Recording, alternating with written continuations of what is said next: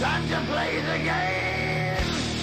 High school basketball is on the air via social media. Tonight, from Historic Story Gymnasium, it's basketball action times 2 as Cheyenne East and Cheyenne Central renew an old acquaintance on the hardwood. High School Hoops is being brought to you by our fine sports sponsors. Now, let's send it out to Story Gym for basketball action times 2. East and Central back-to-back boys and girls action via our social media. And to bring us all the calls, here are Chris Polton and Nick Proetti. No way you can pay me. I have to pay. Welcome inside Historic Story Gymnasium. I am Chris Polton, joined alongside my partner as always, Nick Peretti. And Nick, we got ourselves our first one tonight. It's a top 3 matchup. Our second one tonight is top 5 matchup in 4A. Definitely some exciting basketball tonight. It's some exciting high school hoops here in the state of Wyoming, especially here in Class 4A. It's the crosstown rivalry of Cheyenne East and Cheyenne Central. Kind of a special edition here on 1480 KRAE. Not doing it on the radio side, however, tonight, as that equipment is heading up north to Gillette with Larry Proetti, as Gillette College will play host to LCCC coming up tomorrow afternoon. So we'll talk more about that. But here, again, we are video live streaming on both Periscope and the 1480 KRAE YouTube channel for this evening's contest. So again, thank you all who are tuning in for this contest. Again, upcoming contest tonight, and as Chris at least alluded to, with the ladies, with the boys, it's going to be a fun one tonight for both of these teams. Again, at least in our first contest with the Lady Indians and the Lady Thunderbirds, we're talking 2 teams that have combined 2 losses overall, who have just been dominating so far in these opening, at least this opening start of this season, so to speak. Right, for the girls, both teams combined 26-2 between the records between the 2 teams. So it should be a great first one tonight. Let's go ahead and first let's thank our sponsors. They allow us to bring you high school basketball all season. Baskin-Robbins, Cheyenne State Bank, Merritt Plumbing and Heating, Chick-fil-A, Cheyenne Auto Repair and Service, Gill Window Company, Best Western Plus Frontier Inn, Little Philly, Jolly Rogers RV Sales and Service, Platte Valley Bank, Taco John's, Marv's Plumbing and Heating, First Tier Bank, Big Apple Bagels, the Cheyenne Stampede, Pepsi of Cheyenne, our official sponsor of our scoreboard, Medicap Pharmacy, Kia of Cheyenne, Lennox Auto Body, the Bread Basket Bakery, First Education Federal Credit Union, Fat Boys, Tire and Auto, B&B Appliance and TV, Capital Lumber Company, Halliday Motors, McGee Hearn & Pies LLP, and the United States Air Force. As Nick, we were just talking about just how exciting this one is, but what's nice too is in the East-South game, the girls you didn't see as many people in the stands. It's starting to fill up pretty quick here tonight. It certainly is, as again, we've just passed at least approaching 5:30 when that is supposed to be the tentative tip-off between the Lady Thunderbirds and Lady Indians here at Story Gym. But yes, again, a lot of folks on hand already for this opening contest. Again, they know the buzz. It is number 2 with East, number 3 ranked of Cheyenne Central. This, do I dare say it, this could be a preview of state tournament time, state championship. Do I dare say, again, these teams have been phenomenal. And, again, it looks like they're going to continue this kind of momentum that they have been growing throughout the season all the way through regionals and state tournament time. So, but, again, true test here coming up tonight. It is at least breast cancer awareness here at Story Gym, so a lot of pink in the crowd as well. As we talk with head coach Glenn Kirkbride on Wyoming Sports Talk today, teams will not, at least in the usual tradition, wear the pink uniforms. And so it's going to be just the normal uniforms, but at least proceeds here gathered at Story Gym will still go to, again, various charities, again, for breast cancer awareness. Well, we got a chance to catch up with Coach Glenn Kirkbride and Coach Westling. You'll hear from them after this timeout as you're watching high school basketball on 1480 KRAE.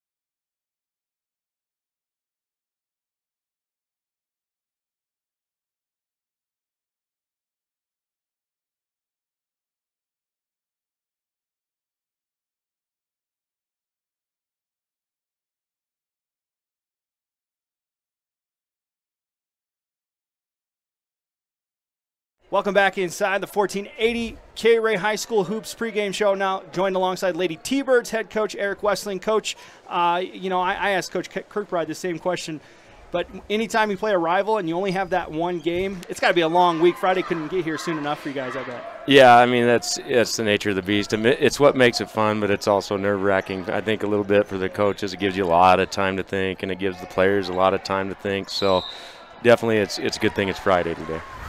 Last week, you did what you needed to. It wasn't pretty against South. You had a good game against Laramie, but I think what everyone really got to see is Kai Buell could be the best player in the state, and she showed it against South, just carrying the girls, especially in the fourth quarter. Yeah, she's one of the things we talk about in terms of with Kai is there'll be moments that she's got to do things to pull us out of ruts, and so that's one of the elements that makes Kai one of the better, if not best, players in the state. But there's so many other facets to her game that I think are what make her a worthy player for it to even be in that category. And I think her passing, her defense is coming along with her, just understanding our system. So I'm really fortunate to have her, obviously, but we needed her to make those free throws, and that last quarter was huge for us. Coach, you have a Central team tonight. They do get out and run a little bit, but they like to slow it down, their defense first, kind of like you guys, where maybe kind of a battle of wills, because as you guys like to get out and transition on offense, you guys both are very sturdy on defense, don't allow a lot of points. How important will it be, more so tonight than any other night, with the turnovers, not allowing team to get easy buckets? I think it's going to be a battle of pace tonight. Central likes to play at a certain pace, and kudos to Coach Kirkbride. He does a great job of getting his kids to buy into his system. And we've got our own pace and style that we want to play. So I really think if we're able to play at our pace, we're going to have a really good result. And likewise, we can't let them play at theirs. Last year, they were a team that liked to get the ball inside to Sammy Geyer and Bree Roybal. This year, it's a little bit different. They don't really have that one big that's out there, but they have a lot of great athleticism with the Jones sisters, Fernio and Delbridge. How important will it be to contain them, especially driving the gaps tonight when it comes to the driving lanes? And that's just it. They're slashers. I mean, you look at them on tape, there's not one kid that can expose a gap. And so having that help side defense, just your basic common help side shell drill rules apply, and we can't get lazy with that tonight or we're going to be in trouble. And then on the offensive side, just finishing at the hoop. A couple of times your posts will, from time to time, have an issue finishing at the hoop. But for Kaylee and Abby and for Maddie, how important will it be to, when they do get their touches in high percentage areas, they have to make sure to finish tonight? Yeah, that's something we've talked over the week, and that's something that comes with putting the next one in, and that's the kind of kids they are, is they're ready to put the next one in tonight. I thought Kaylee finished off on a high note. We talked about that a little bit at the end of that South game, is you need to carry this on the next week, and Abby will get going. Both Abbies will get going around the hoop, and so you can't dwell on the past with misses. You got to think about the future, and so I think they're going to do that. And then as far as defense goes, Ellie Fernio and Bailey Delbridge more than likely will be on your best players tonight. How important will it be to attack them, not to be afraid of them because they are so good defensively, but attack them and see if you can't get them in foul trouble? It's really important. It's really important to. I think it's going to be a fun battle tonight. I think the Delbridge kid is wiry and athletic and does a lot of good things, and Ellie does a lot of good things, and we got kids that do a lot of good things as well. And so I think that matchup, who can expose each other for playing poor defense tonight, is going to have the end result they want. Good deal. Well, thanks, Coach, for your time. Best of luck tonight. That's head coach Eric Westling. We'll take another time out here on our pregame show on 1480 KRAE. Thanks.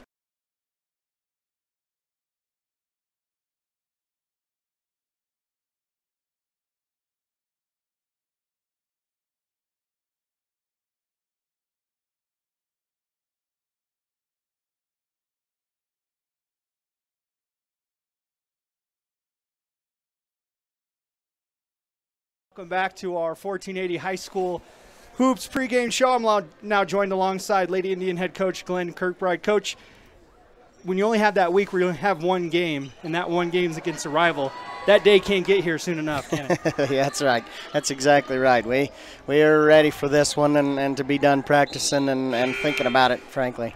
Coach, a good weekend last week against South and Laramie, but now tonight's the real test. The number 2 team in the state. runner-up from last year, and they kind of rebuild with the transfer in Kai Buell. Nobody's had an answer for her. What's your plan tonight? Because you do have a really best defense in 4A. Yeah, we're pretty solid defensively, but she's so good that you're going to have to get some superhuman effort to be able to deal with her. We truly are. And so we've got a couple little tricks up the sleeve, but honestly, I don't know that there's much stopping her. I'm hoping this whole thing has to be a team game for us, and that our kids understand that, and we just come do what we can do. More so than last year, you guys have been able to play that team game a lot, whether it's underclassmen performing like Jordan Jones or I say Bailey's she's underclassmen, but she's really an upperclassman. Yeah, exactly. That's right. But it's been really a widespread. And how important has it been for you to really have 1 through 10, 1 through 11, really play the minutes they're supposed to and play it to the best of their ability? Yeah, that's huge for us, and we just keep saying it to the kids, keep saying it to anybody that wants to hear it. We need that parity. We need one night McKenna to do great for us, and then the next night she truly doesn't have to. If she can, great. But if she can't, that's no problem. We need somebody else to step up. And so for us, having everybody kind of contribute, everybody know their role, that's huge for our success. When it comes to Bailey Delbridge and Ellie Fernio, they're really tapped to stop two of the better players on the other team, and you expect them to score a lot. That's right. How impressed have you been, especially with Ellie? Last year was kind of right around 5-6 points a game. Now she's 14 points a game, and she's in charge of stopping usually the best player. How impressed have you been with her and her development? Yeah, unbelievable. We've talked with as a coaching staff. That kid has just grown before our eyes. She absolutely has. And, I credit a lot of volleyball. She is a multi-sport athlete, and I think you need to have that. I really do. And so I credit the volleyball. She's just grown up and matured, and she's just more confident. She's happier this year. She's unbelievable what that kid can do. And we ask a lot of Bailey also in the very same way. As a sophomore, we probably put too much on her to do that, but those two are huge for us in stopping the other team.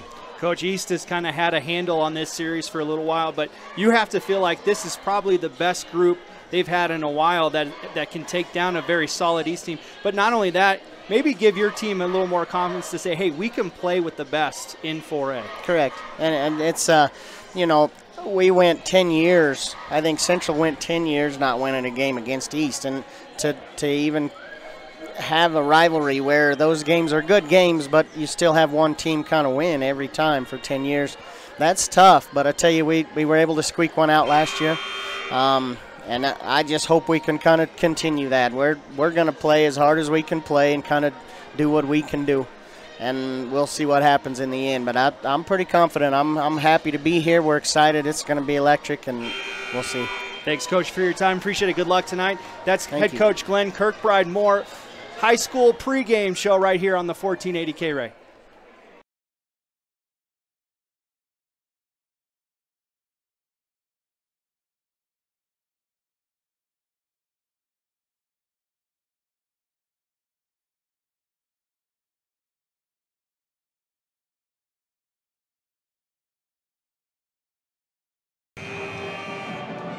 Welcome back inside Historic Story Gymnasium as we get set for the East Lady Thunderbirds and the Central Lady Indians. Let's bring you tonight's starting lineup. First, for the Lady Thunderbirds, head coach Eric Wessling. They're 14-1 overall, 2-0 in the conference. Their starters will be senior guard number 3, Sydney Miller, 8 points, 4.5 rebounds, 3.5 steals per game. Junior forward number 11, Madison Blaney, 9 points, 5.5 rebounds a game. And it's their leading scorer, number 13, Kai Buell, 17.5 points per game, 5 rebounds, 3.5 assists, 4 steals per game, fills up the box sheet.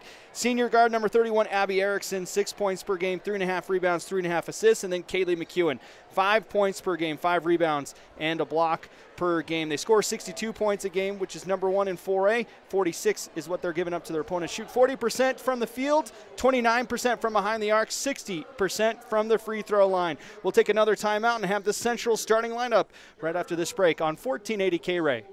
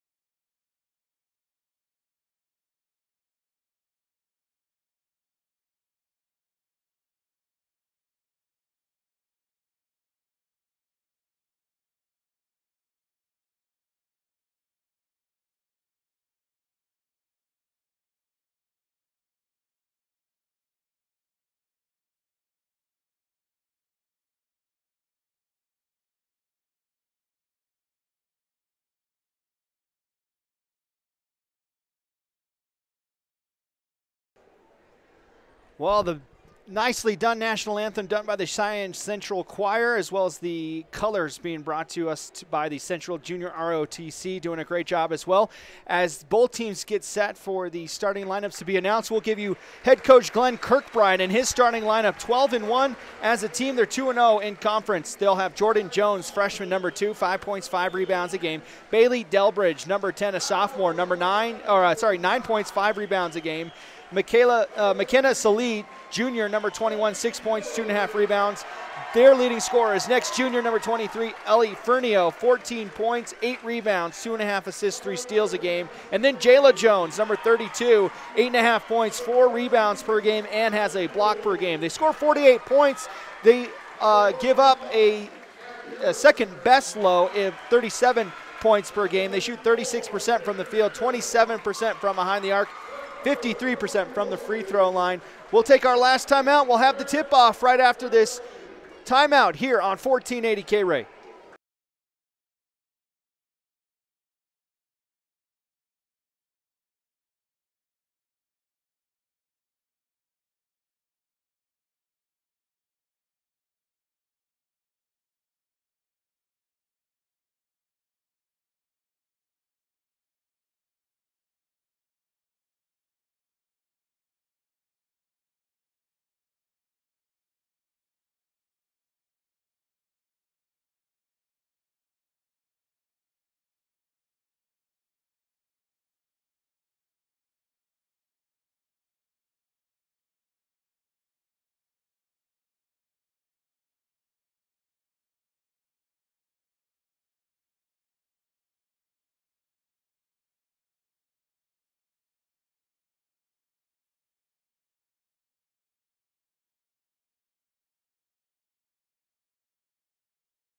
Well, both lineups have been announced. Central will be in their home whites with the red numbers, black on the trim. They'll have red on the shoulders. East will be in the road black with the baby blue numbers, white outlined.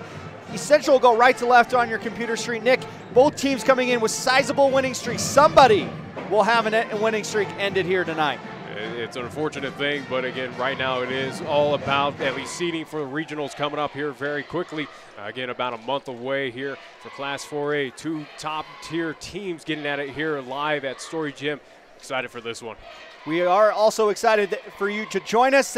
Since you couldn't make it to Story Gymnasium, we'll let you know it's pretty packed here for the first game with the girls. As Central will start with the possession, it's Fernio at the top, goes to the left wing. Delbridge gets a high screen from Jones, goes to the top of the arc. It's kicked out to Jordan Jones.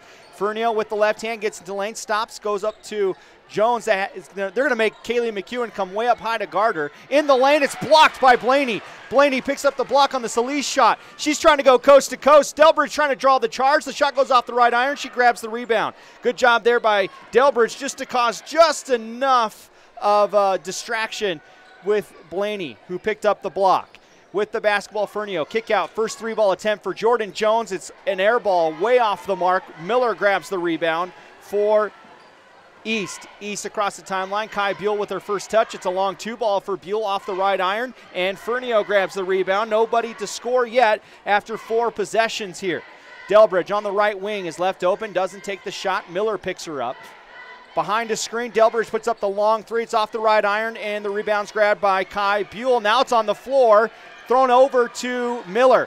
Miller, headman pass to Erickson, working on Jayla Jones, goes around Jones, puts up the shot too strong. Salih grabs the rebound for Central. So both teams not able to finish at the rack here to start. Yeah, both teams right now just struggling on the offensive side. Neither team playing kind of crisp here tonight.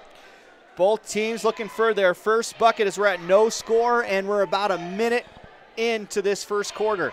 Delbridge has it on the right wing, high screen. She fakes the pass to Jones, goes to the top of the arc to Jordan Jones, drives in, gives it to her sister Jayla. Jayla working with the right hand, turnaround 15-footer. It's long, and Erickson grabs the rebound for East. Still no score, as both teams have now had at least 3 possessions. Well, it's something we talk with both, or at least you did with Kirkbride and also head coach Eric Wessling. This is going to be a defensive battle. Blaney's shot is blocked by Jordan Jones, and then she grabs the loose ball, and then it's a foul called on Madison Blaney, her first, team first. So, and it will be shooting, at least a shooting opportunity. Or actually, well, it looks like East will be in a full court pressure. So defense winning out thus far in our first minute and change. Again, a defensive battle between these two. We did not expect it to be like this to start out this contest, though. Especially with how easy East has been able to get to the hoop. They just haven't been able to finish. Sully with the basketball. Comes up top. Goes to Fernio as it looks like East is going to stick with the man defense. Miller way up high on Bailey Delbridge. Both teams looking for their first chance or first shot to fall through. Sully gets into the lane.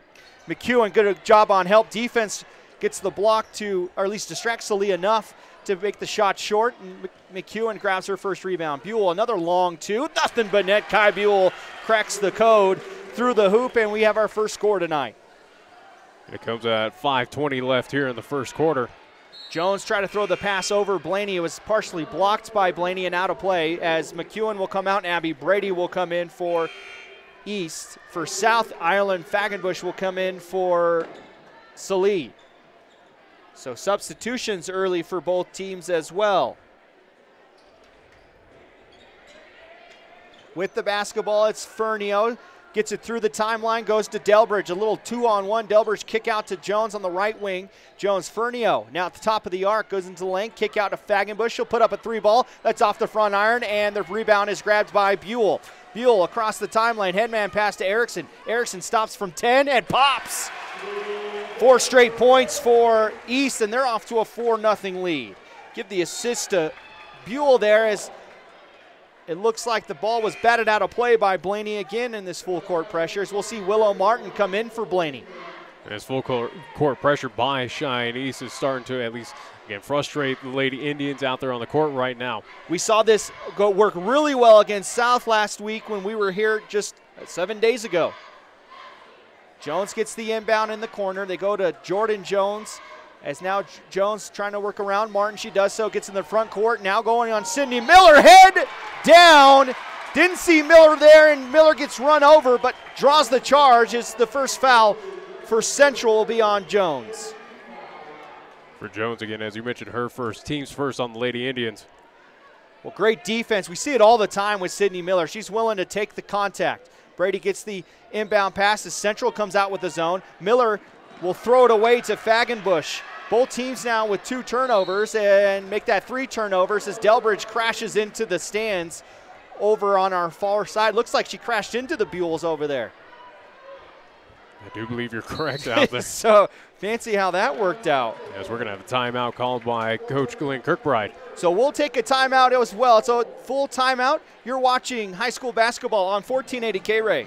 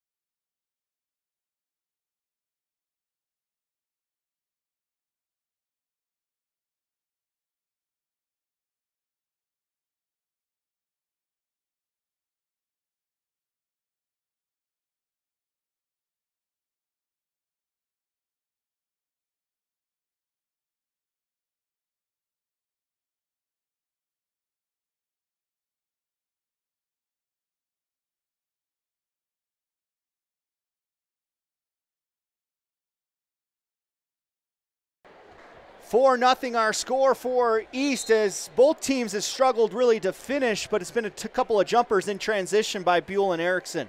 And you knew eventually, especially for this high-powered offense for the East Side Lady Thunderbirds, they'd eventually get a few to fall for them. Again, it's taken them quite a bit of time, again, against the stingy Lady Indians defense. Looks like we got a spill on the floor as well. Now, it's Think Pink Night or Breast Cancer Awareness Night here, and the officials also have pink whistles. Again, as for both East and Central, they have that usually once a year. Everybody goes through and does their Breast Cancer Awareness Week. And tonight, a good night for it, a great crowd on hand, a lot of pink too, Nick, in the crowd. And again, a good, at least good cause, good effort here, especially, again, all proceeds that are gathered at the door here at Story Gym, again, all go to at least respectable charities around the Cheyenne community. So, again, props to, again, both Cheyenne East, Cheyenne Central, again, all administrative personnel who, again, helped put this on here tonight. Erickson will inbound it for East. Full court pressure still for Central. Buell grabs the ball, and then Jayla Jones comes up to her back pocket.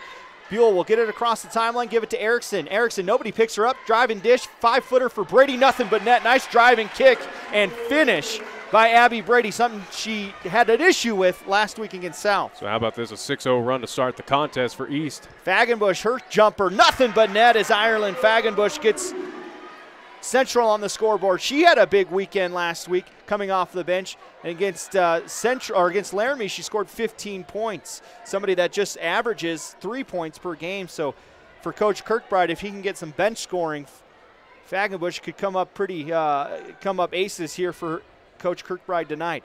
Buell nearly has her pass turned over. Straightaway three by Buell. It's off the left iron, and the rebound will come to the floor. It's going to be a jump ball. East will retain possession. Not a rhythm shot, not a shot you like to see Buell take, but luckily for her, good hustle gives them an extra possession. Yeah, for Kai, Buell just almost tossed up a shot, hoping it would fall through.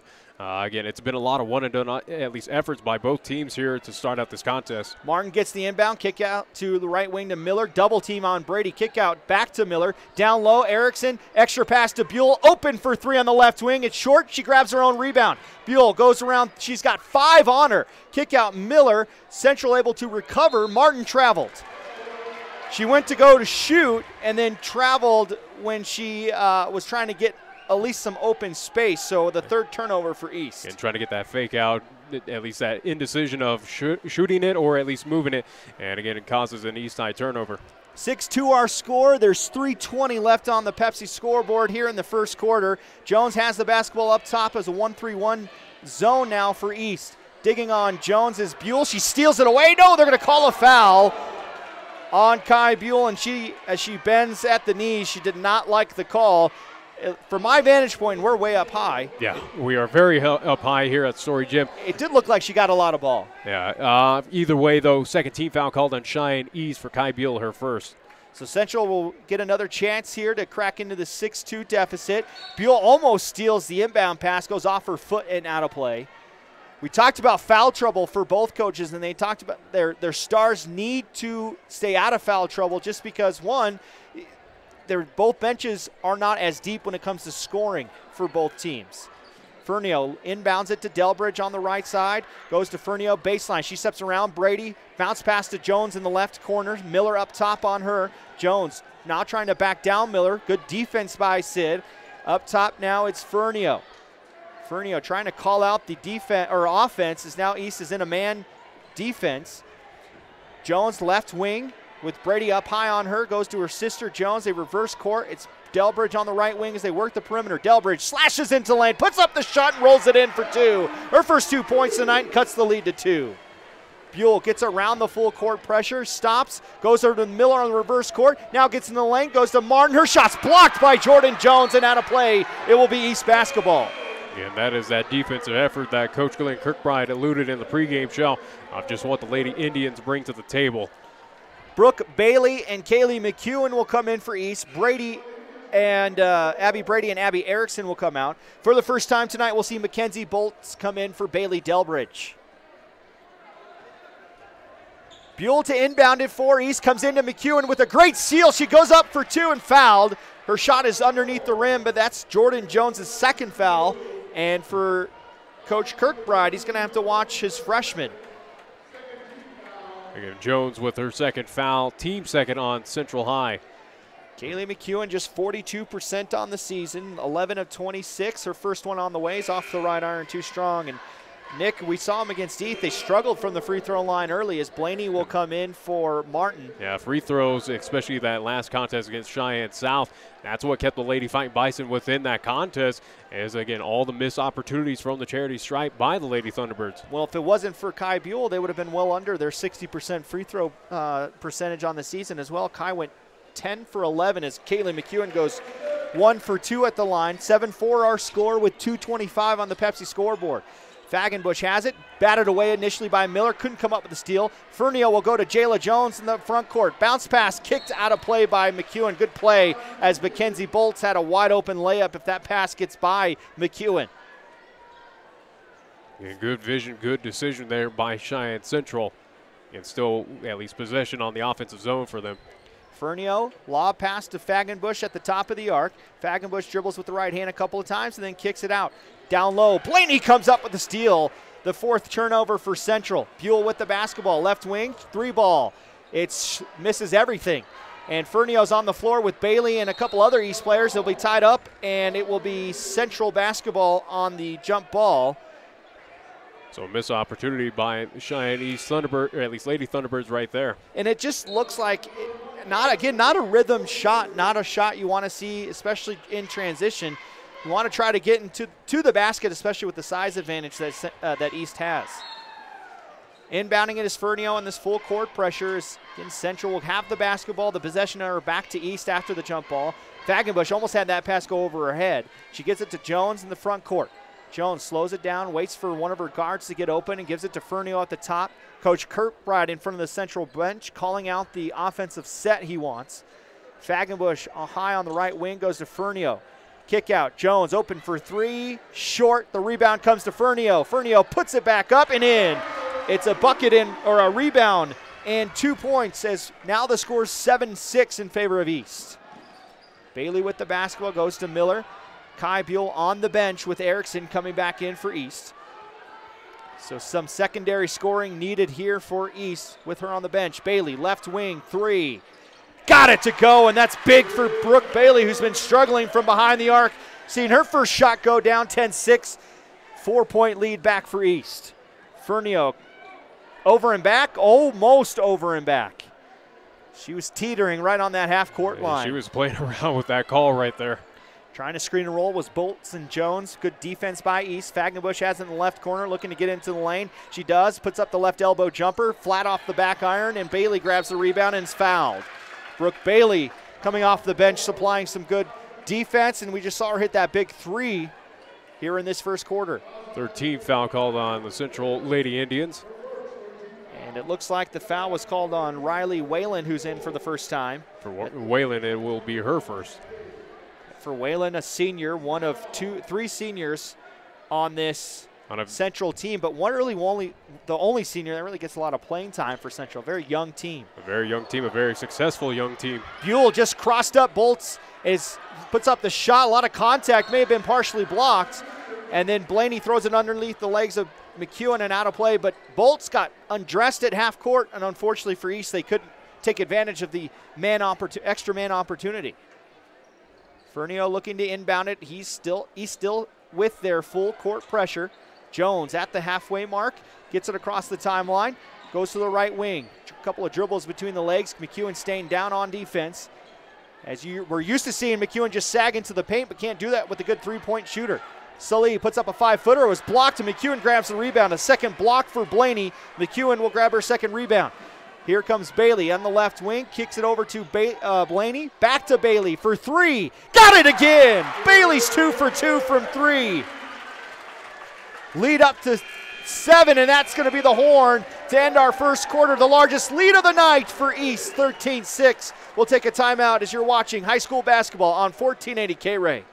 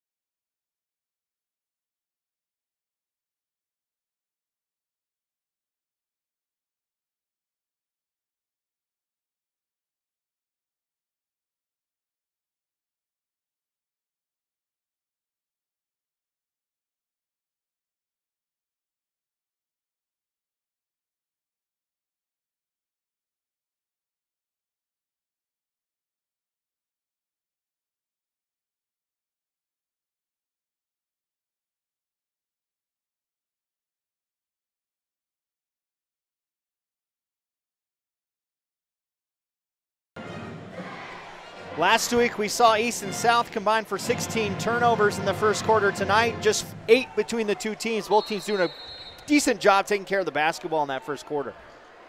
Yeah. Kai Buell will start with the basketball for East. Blaney, Erickson, Miller, and Brady out on the floor as Fernio will pick up her first foul. She was trying to go for the steal.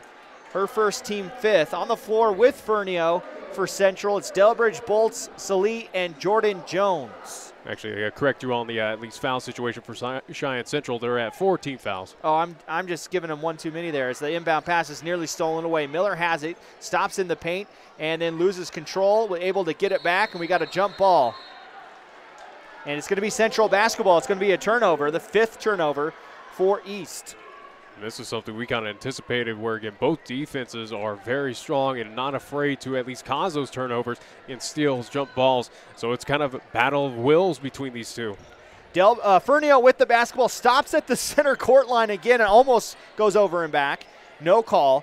Bolts has it on the left wing as it looks like East is back to a zone defense. Delbridge has it, kick out to Salee. They sag off of Salee, skip pass to Fernio, goes to the left corner. Jones going baseline, runs into Brady. Her shot's way long and Buell grabs the rebound and is fouled. As Kai Buell now has 4 rebounds. That'll be the 15th foul on Cheyenne Central. I'll make sure not to give him, that extra one this time. That foul was on McKenna Salee, her first. And as my partner said, team 5th. Full court pressure for Central still. East with the basketball. 13-6 is still our scores. Both teams started that first quarter struggling to score, and we're seeing a little bit of the same here in this second quarter. Buell with the basketball on the left wing, looking to drive baseline, gets around Delbridge. Double pump, lays it in. Nice drive by Kai Buell. She's got 4 as she goes around Delbridge. Largest lead, 9 of the night. And it keeps on growing right now for Cheyenne East, as it feels like for Cheyenne Central, they've had difficulty getting offense. It's been at least quite a few minutes since they put points on the board. Fernio will walk it across the timeline as they set up in their offensive set. Now gets a man defense. Delbridge gets in the lane, stops at the free throw line, nearly taken away by Sydney Miller. He's been a hound all season on defense. Fernio with the basketball, gets the screen from Salee. They try to roll, but good defense by East to guard it. Bolts has it at the top of the arc. Buell playing right at the perimeter line. Another screen and roll. Poked away by Erickson. She comes up with the steal. Erickson doesn't have numbers. Will put up a jumper from 15. Rattles in and out. Brady grabs the offensive rebound. Puts up the shot too strong. Blaney grabs another offensive rebound. So a couple extra opportunities for East. Buell goes in the lane, driving in for 2. She's got 6. Doesn't have the outside shot, but now getting to the rack is successful for Kai Buell. As there's a turnover for Central as Jones's pass goes over the head of Delbridge. It kind of feels right now for Cheyenne Central. Will's kind of falling off the wagon here. And Coach Kirkbride may be sensing that as well as he'll call a timeout. We'll take a timeout here as well. You're watching high school basketball on 1480 KRAE.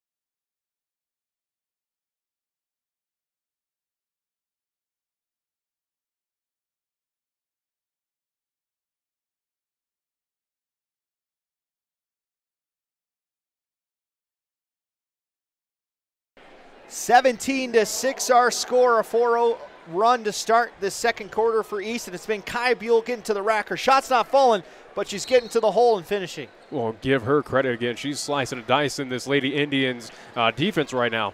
Miller with the left hand on the inbound, misses.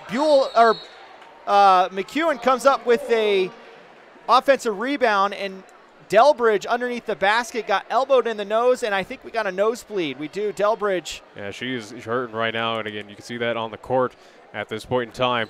And that's huge, too, because that's one of Coach Kirkbride's best players offensively and defensively. Is will probably have to take, probably take a little bit too to get the blood off the floor as well. So we'll take a break here, an injury timeout.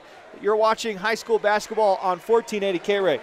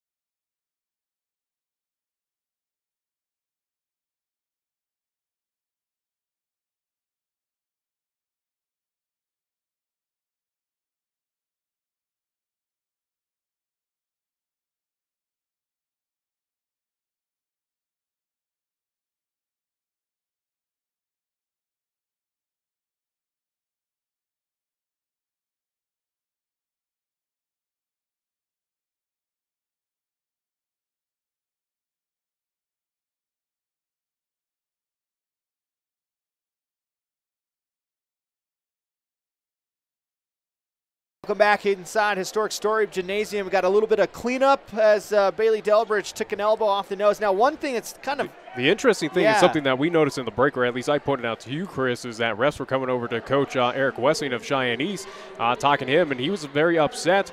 We learned that foul was called on Caleb McHugh on that at least play, and it was also called as a flagrant foul. I mean, a common foul, okay. A flagrant foul, it's not like Kaylee legitimately did that on purpose. And I don't want anybody to think we're one way or another as far as team goes. We're seeing this with black and white eyes up here, no shades of color. And again, that's why we're kind of at least questioning about that, right, if it was going to be a foul call, because they just looked like, at least for McEwen, she was just trying to at least get the rebound and go toward, at least, it wasn't anything aggressive or trying to get at least any of those central defenders away from her. Again, she was just trying to put the ball back in for the Lady Thunderbirds. So, she grabbed the rebound, and Delbridge was right underneath her, and she brought her hands down, and her elbow happened.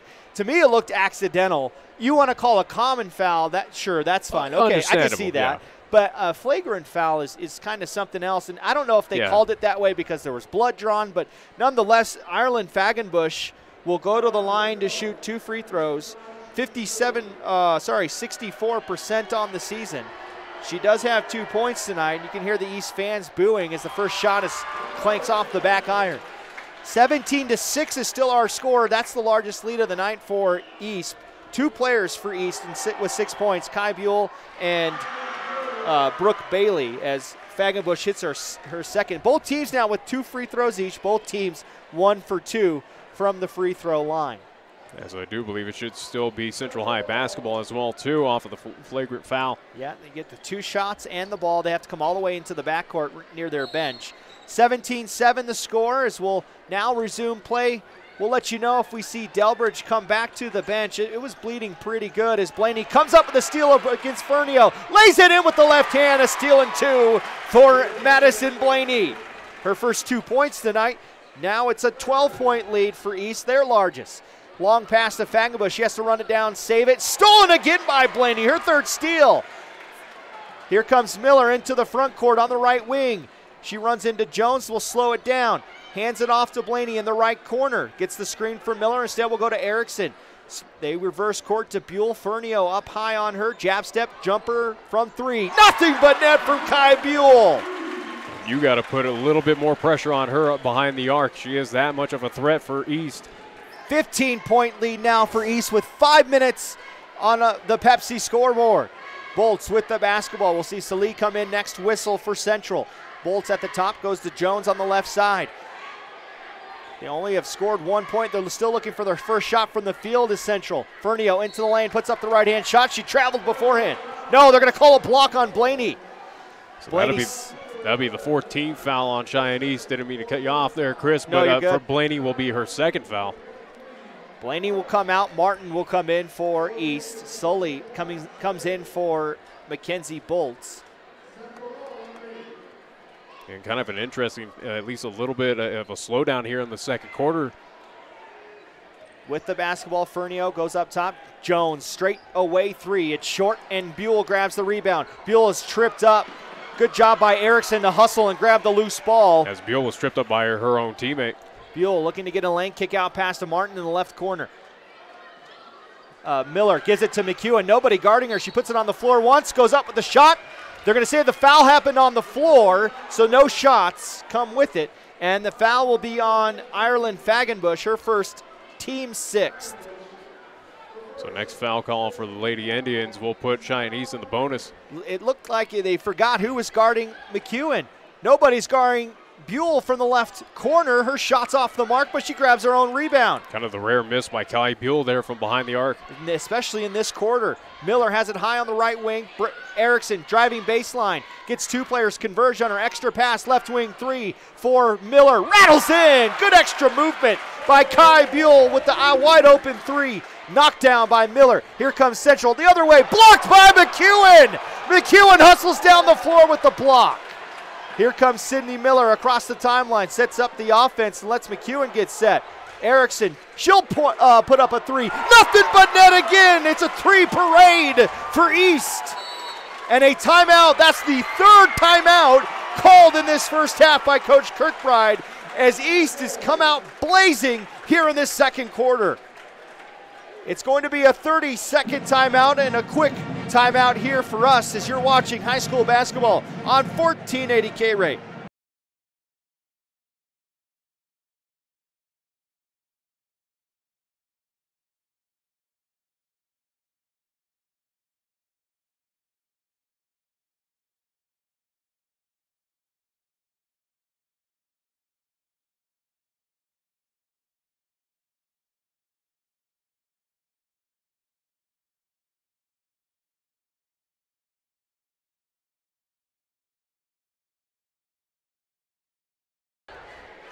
It's a 21-point lead for East with 3:48 in the second quarter.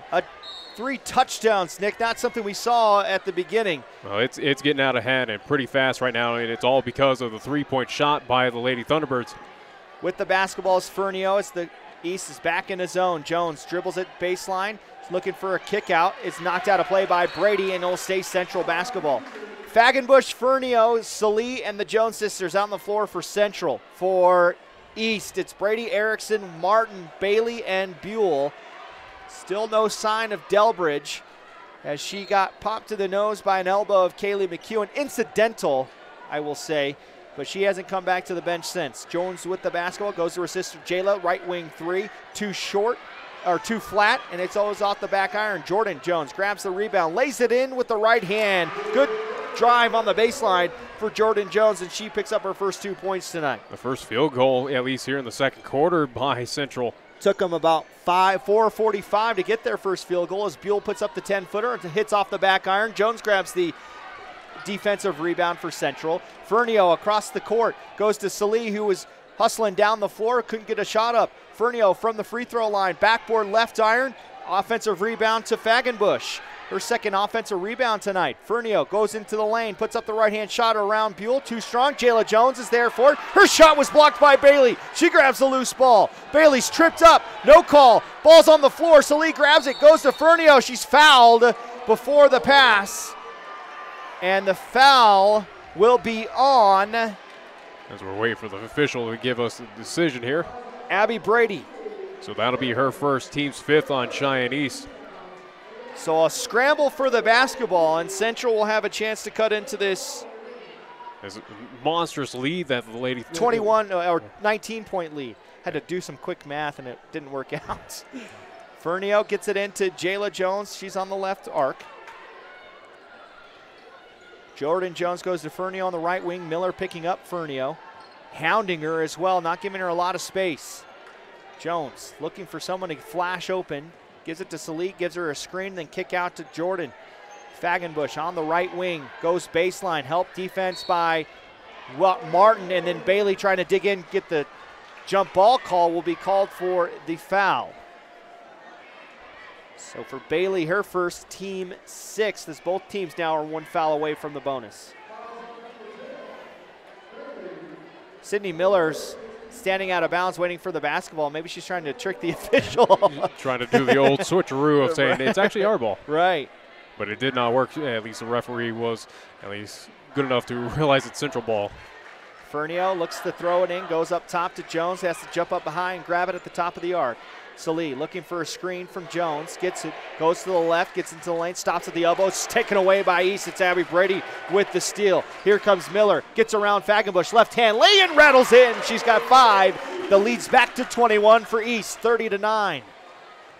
Fernio across the timeline, goes to Fagenbush. It's a 2-on-1. Fagenbush looks one way, will try to go around Brady. Her shot's short. Brady grabs the rebound for East. Again, a lot of one-and-done opportunities by Lady Indians here. Buell straight away 3. It's well short. A lot of players fall to the floor. Fernio and Buell both fall to the floor. No calls as Salih grabs the rebound for Central. Long pass to Jones, and Jones is going to be fouled by Brooke Bailey. She'll pick up her 2nd. Team 7th on Cheyenne East. And now we're going to start to see some free throws. Only have had 4 free throws attempted, 2 aside. But now with the at least East being in the bonus. Yeah, again, it's beneficial for Cheyenne Central here to get back into this contest. Again, at least chip away at this big lead, this wide open lead that the Lady Thunderbirds have kind of opened up here in the 2nd quarter. Right now, Central trying to find somebody to crack the lid. Only 1 field goal and 1 free throw has fallen through the nylon here in this 2nd quarter.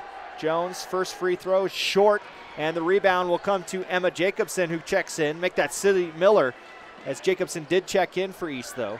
Miller has the basketball, skip pass to Martin, extra pass to Buell on the left side. Trying to seal down low is Jacobson. Buell driving dish to Miller. Left-hand pink shot up and in for 2. For Kai Buell, she's got 6 rebounds to go with 3 assists. Oh, yeah, she also has 9 points. Fagenbush across the timeline. As for the first time, we'll see Claire Fraley into the game for Central as Miller comes up with her first steal tonight. Miller across the timeline goes to Kai on the left side. This 23-point lead, largest of the night for East. Buell puts up the left-hand shot as she's fouled on the way up. No, they're going to call it travel. So it's the 6th turnover for East. Both teams with 6. East has 6 turnovers. Central has 8. As Erickson will come in for Buell, and we'll see Taylor Stoltz come in for Jayla Jones. As much, again, for Cheyenne East, causing turnovers, or at least making them as well. Like you mentioned, 6 for them. For Cheyenne Central, they have yet to cash in on one of those turnovers. It's been that kind of a night on the offensive side for the Lady Indians. 50 seconds left in this 2nd quarter. 32-9 East with the lead on the Pepsi scoreboard. Fraley has the basketball, kick out and through the legs of Fagenbush. Miller comes up with her 2nd steal, goes coast to coast. Her shot's off the right iron, and Stoltz grabs her first rebound. So unfortunately for Miller, she wasn't able to finish at the basket. Fernio has it at the top, now going into the lane, goes around, tries to go around McEwen. She will be fouled on the pass, so Fernio will go to the line to shoot 2. They're going to say she was in the act of shooting. And it will be called on Caitlin McEwen, her 2nd, team's 8th on Cheyenne East. So Fernio at the line to shoot 2. Fernio just 55% on the season. Right now Central's 1 for 3 at the free throw line. Fernio's first shot hits the front iron, left iron, and falls out of the basket as McEwen will come out with their 2 fouls and Brady will come back in. So Central having a hard time scoring just 3 points with 28.3 left in this 2nd quarter. Fernio puts up the Second of two, too strong initially, but then gets the shooter's roll to fall through. She goes 1 for 2. Yeah, it looked like it had no chance of making through, but it fell. Again, fortunate enough for the Lady Indians, it falls. She hit that back iron just perfect. 32-10 the score. Erickson has it in the paint. Her shot's underneath the basket. Grabbing it is Martin, but then out of play as she couldn't get a good strong handle on it. So Central will have a chance to end the quarter with maybe a little bit of momentum if they can get one shot to fall here. Again, they've only hit one shot from the field in this quarter. Jones with the basketball. Goes up high to Fraley. Ball's batted away and stolen by Brady. There's 5 seconds left. Erickson needs to get up court. Headman pass to Martin. She puts up the shot. He'll count it. If it goes, it rattles in and out.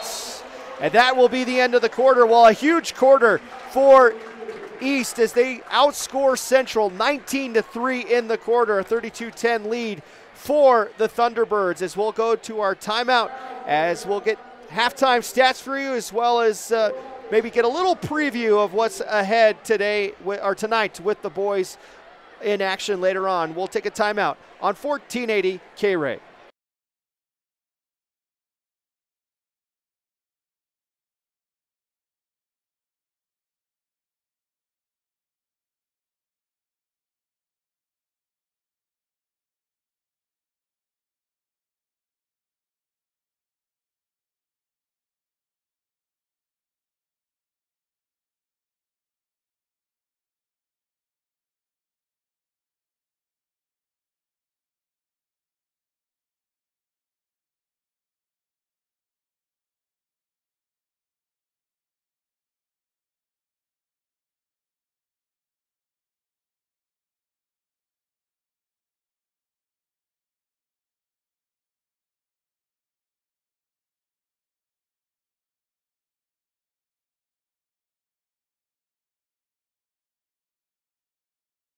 Welcome back inside Historic Story Gymnasium. It's all East in the first half, 32-10, a 19-3 second quarter for the East Lady Thunderbirds that they just stifled the offense of the Lady Indians. Let's take you through the stats and look at individual point totals. Kai Buell leading the way with 9 points. Sydney Miller with 7. 6 points for Brooke Bailey, 2 for Abby Brady, 5 for Abby Erickson. McEwen chipped in with 1 as well. For Central, it's 3 points for Fagenbush, 3 points for Fernio, 2 for Delbridge, and 2 for Jordan Jones. And at this point, if you're Coach Kirkbride, you need to find an answer for the fact that Delbridge, you may not have her the rest of this game. Well, again, you got to figure out right now of what to do on the offensive side. This is a contest right now. Again, East at least up by 22 points. Did not anticipate this between these two teams here tonight. Right now, I give credit to the East High Lady Thunderbirds. They're playing a crisp, at least on the offensive side. It took a bit. It took them a while. And, again, they exploded there in that second quarter. But the defense has been very solid. Again, holding Cheyenne Central to 10 points in the entire first half. That is a great credit to, again, what Kai Buell, McEwen, again, everyone on that court for Cheyenne East has been doing to at least stop one. Again, the Jones sisters, right. Delbridge, again, Fernio, everyone a part of that team. But right now at the halftime score, it is very surprising to see how wide open it is right now in favor of Cheyenne East. And again, I think for Coach Glenn Kirkbride, you look at, again, your starters, you look at saying, hey, you need to pick it up. We need to, again, be aggressive on the inside. Don't allow these one-and-done shots. Go to that rim and fight off some of those bigs. As much as it's going to be tough to do, you need to find that way to get those rebounds away from Cheyenne East. What we're going to do now is take another timeout, but when we come back, we got a chance to catch up to Coach Rusty Horsley and Coach Tag Lynn. We'll get a quick little preview from their eyes on the boys' game, which is right after the girls tonight. We'll take a quick timeout, and the coaches right after this on 1480 KRAE.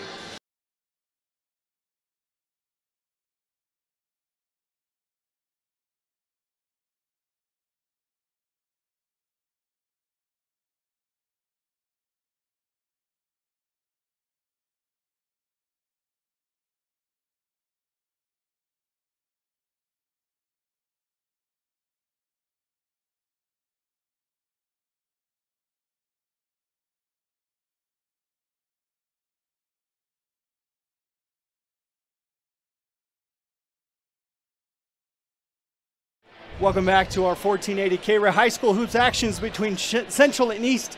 I'm now joined alongside head coach of the Thunderbirds, Rusty Horsley. Coach, kind of a long week, right? When you only play one game. Yeah. It makes for a long week of practice, huh? It is, and it's a big game because it's a conference game, you know. But when you have a conference game and then it's a crosstown rival, you know, there's more emotions in it. And I think the kids, they get one more extra day of practice. So it just, everybody's kind of wore down right now. And this, especially with this crosstown rivalry too, I mean, this is a team that poses some matchup issues, especially, I mean, I'm sure you've been talking about him all week, but Lawson Lovering in the middle. Yeah. He's a kid that if he gets his touches in the paint, he's real tough to stop from there. Yeah, and he's really tough. And you know, they got some great shooters on the outside too, so they put him on the same side as him. So if you double down, then you know, shooters can hurt you. So there's a lot of things that they do that is really tough to stop. They're a good basketball team, and we're going to have to play extremely well to beat them tonight. Coach, when we first had you guys on one of our broadcasts, you talked about the commitment to defense. It seems like every single week we see you guys, defense just looks better and better. At this point, would you say this is probably going to be the best test, so that we'll get a really good gauge of where your defense is at? It'll be an interesting test for us. You know, I do think we've gotten better defensively and things like that, but we haven't played a really good big yet, and we're not real big team, you know, so this is going to pose a problem, but it'll be a good problem for us, and hopefully our kids work through it and communicate well and do the things that they have to do. What's one nice thing is on offense, you guys are very aggressive, especially getting to the hoop, and that's probably one way you can help limit Lawson Lumberings going after him on defense. Is that something that you guys will make a point on offense, making sure you're going right after him? Yeah, you know, he blocks a lot of shots too, so you have to be careful when you attack him. And I think, you know, our kids will have some different things set up to where they can pull him out if they come out, and if he stays there, we're going to go right at him and do the things that we do. But he's a talented kid, and he poses a lot of problems on offense and defense. Well, and as you just said, you guys may not have the length that Lawson has or be able to compete with that, but on offense,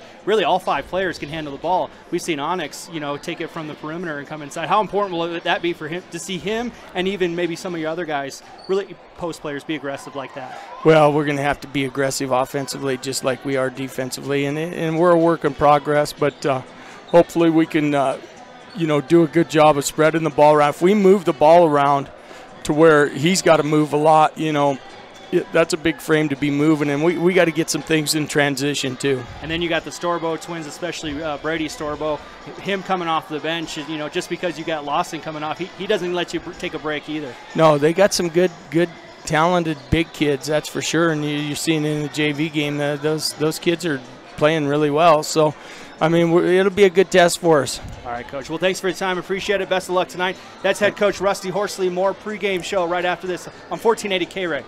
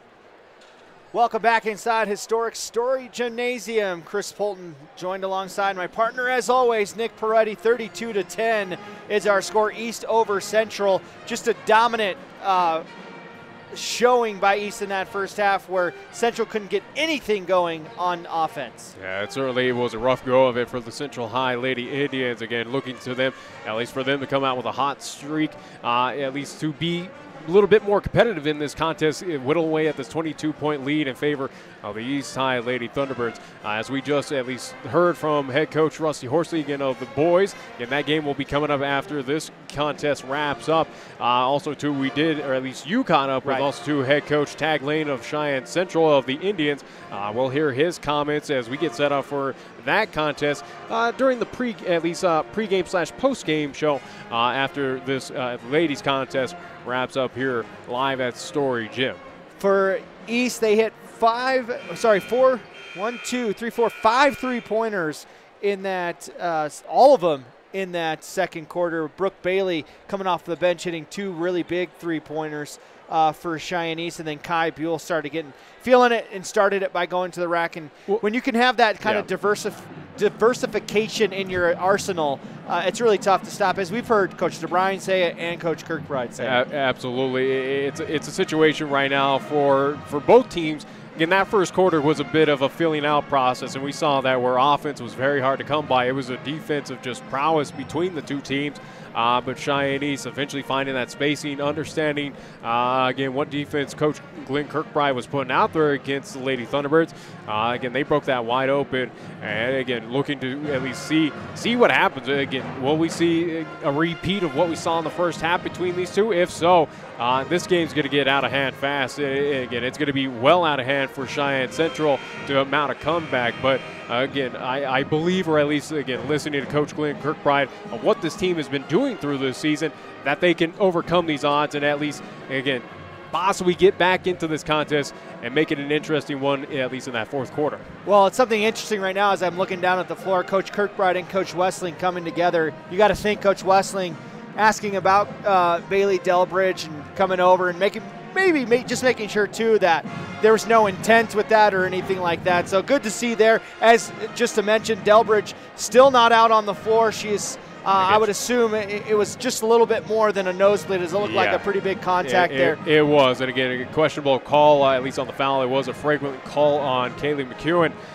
But again, Delbridge did get hit pretty hard. Again, a lot of blood on that court, so she might be out for the rest of this contest. So that is definitely going to affect the offense for Cheyenne Central coming up here in the second half. We'll take our last time out here in our halftime and have the third quarter after this break on 1480 KRAE.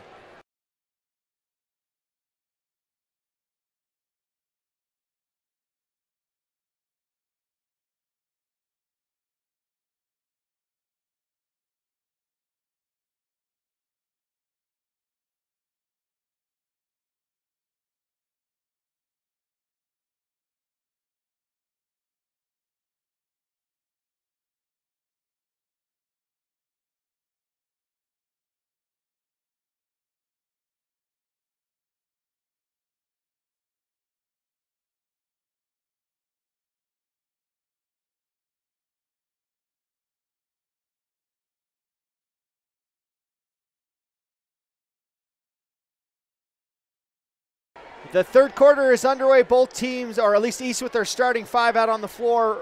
The only difference for Central is Riley Whalen starting in for Bailey Delbridge. It's Buell, Miller, McEwen, Blaney, and Erickson on the floor for East, and East will start with the basketball. Left corner 3 for Miller. Got it to go. How about coming in to this second half with the 3 ball to get the party started, as it was a 3 parade in that second quarter. Steal by Blaney. The pass to Buell. Her shot is short, and Jones grabs the rebound.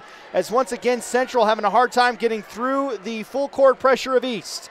Salih with the basketball. Dribbles with the right hand. Comes back out. Stolen away by Miller. That's her third steal tonight. It's the 10th turnover for Central. Erickson across the timeline. Kick over to McEwen. McEwen a couple of dribbles, and it's tied up. She's able to get the pass out to Buell on the left wing.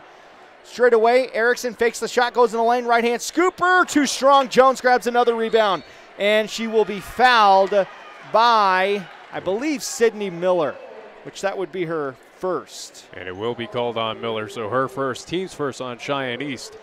So a 3 ball to start for East, largest lead of the night. Yeah, how about that? Carrying over the momentum from the at least second quarter there by Cheyenne East. Again, starting out with a 3-pointer. See what this is called here. He hasn't made a signal yet. I think they're going to call a block as Jones crashed into Erickson. The foul will be on Abby Erickson, her first, team second. You are correct on that. Still Central High basketball. As for Central, Fernio, Salee Jones, Whalen, and Jayla Jones. Jordan with the basketball. Up high on her is Blaney. Gets a high screen from her sister, a strong one. And now wide open from the left side. Her shot off the right iron, front iron, hit everything but went through the hoop. And then McEwen comes up with a strong rebound. Headman pass to Erickson, 2-on-1. Erickson kicks over to Blaney, fakes the shot, gets to the 5-foot bank shot. Up and in for Blaney. She picks up her 4th point tonight. 27-point lead now for East. And the East Side Lady Thunderbirds, this is becoming an offensive juggernaut right now. Fernio kick over to Whalen. Left-hand three for Riley Whalen. She's fouled. Wow. Nick, I don't know what it is, Nick, but every game we do, someone fouls a three-point shooter. This one's going to be on Kai Buell.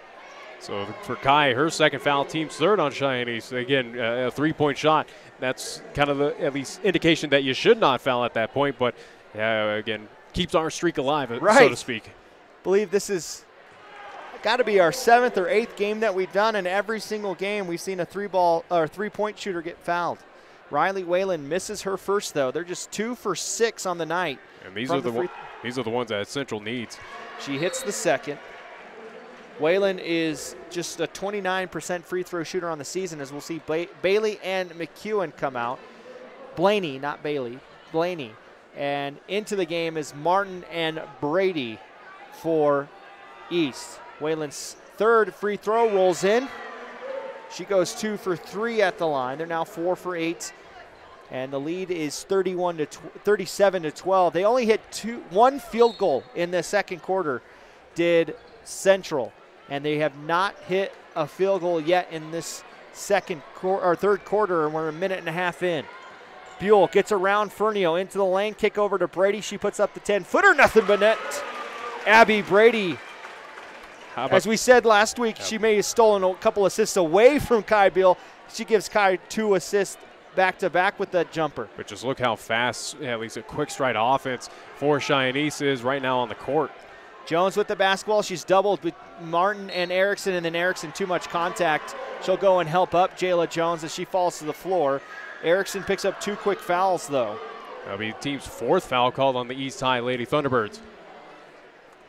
So again, 4 fouls called on Cheyenne East, none so far on Cheyenne Central. 27-point lead. It hasn't been, close since midway through the 1st quarter. It's been all East, especially in the transition game and from behind the arc. Fernio's way up high. East in a 1-3-1. That ball's nearly taken away, and it's going to be last touch by Salee as Miller went to go steal it and it distracted Salee just enough. Almost looked like that pass was intended for the ref there on the at least half-court line. Great crowd on hand. A lot of pink in the stands as it's breast cancer awareness tonight. Miller has it on the left wing for East. Hits the cutting Erickson. Goes in the lane. Stops on the left block. Kick out Miller. She'll go baseline. Her shot is blocked on the floor. There's a few players on it. It's going to be a jump ball. Be Central basketball. So again, a good opportunity by Cheyenne Central here to at least put points on the board.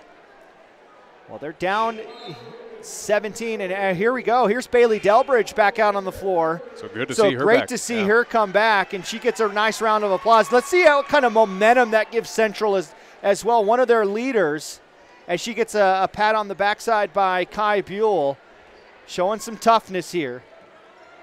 Bolts with the basketball as she comes in as well. Dribbling with the left hand, goes to Jayla on the left side. She'll put up a 3-ball, nothing but net. So first 3-ball hit for Central. And with Delbridge coming back in, maybe we'll start seeing some shots fall for Central. Buell on the floor is tackled down by Delbridge. She'll pick up the foul, so no hesitation for Bailey Delbridge diving on the floor there. First team foul called on the Lady Indians.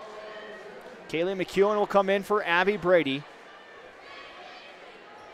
As Buell, Miller, Erickson, McEwen, and Martin on the floor for East. Central has Delbridge, Bolts, the Jones sisters, and Fagenbush. Inbound comes into Martin, nearly taken away by Fagenbush. Well, one thing, too, I don't know if Fagenbush realized where she was on the court. She wanted to say it was out by Martin, but she had made contact with it, and she was already standing out of play. Inbound comes over to Buell. Buell leads the way or has 9 points behind some great drive and dishing as McEwen gets the dish and hits the 10-footer. They're doing a great job in that short corner on the bigs, and McEwen picks up her first field goal, and for Buell, that's her 5th assist tonight. Jones across the timeline, puts up the shot from the right elbow, off the back iron, and she's going to be fouled by Erickson. Or maybe it's by Martin. Martin has her palms up. I wonder if it's on her. That's what it looks like it will be called on Willow Martin, her first, team 5th. Fouls racking up, or 6th. Fouls racking up now for East. Again, as they got a few, at least early ones here in the third quarter. But again, it's mounting up. Next foul call on Cheyenne East will put Central in the bonus. Jones, 81% on the season, hits her first. And again, these are right now for Cheyenne Central as you finally got your field goal. You finally got your three-pointer. You need to make these free throws again to get back into this contest here. Bailey, Blaney come back into the game.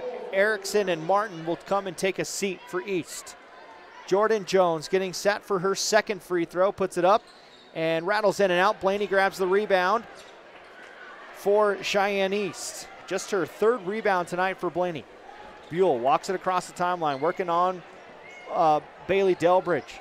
Crossover and runs into McEwen, will instead dribble handoff to Miller. Backdoor cut by Bailey. Nice find by Miller, but not able to get the shot up was Bailey. Blaney goes hard to the hoop. Her shot too strong, and Delbridge grabs the rebound, and then a jump ball call. It'll be East basketball. Jones tried to fight through the hands of Buell, but Buell wins out and gets the jump ball called.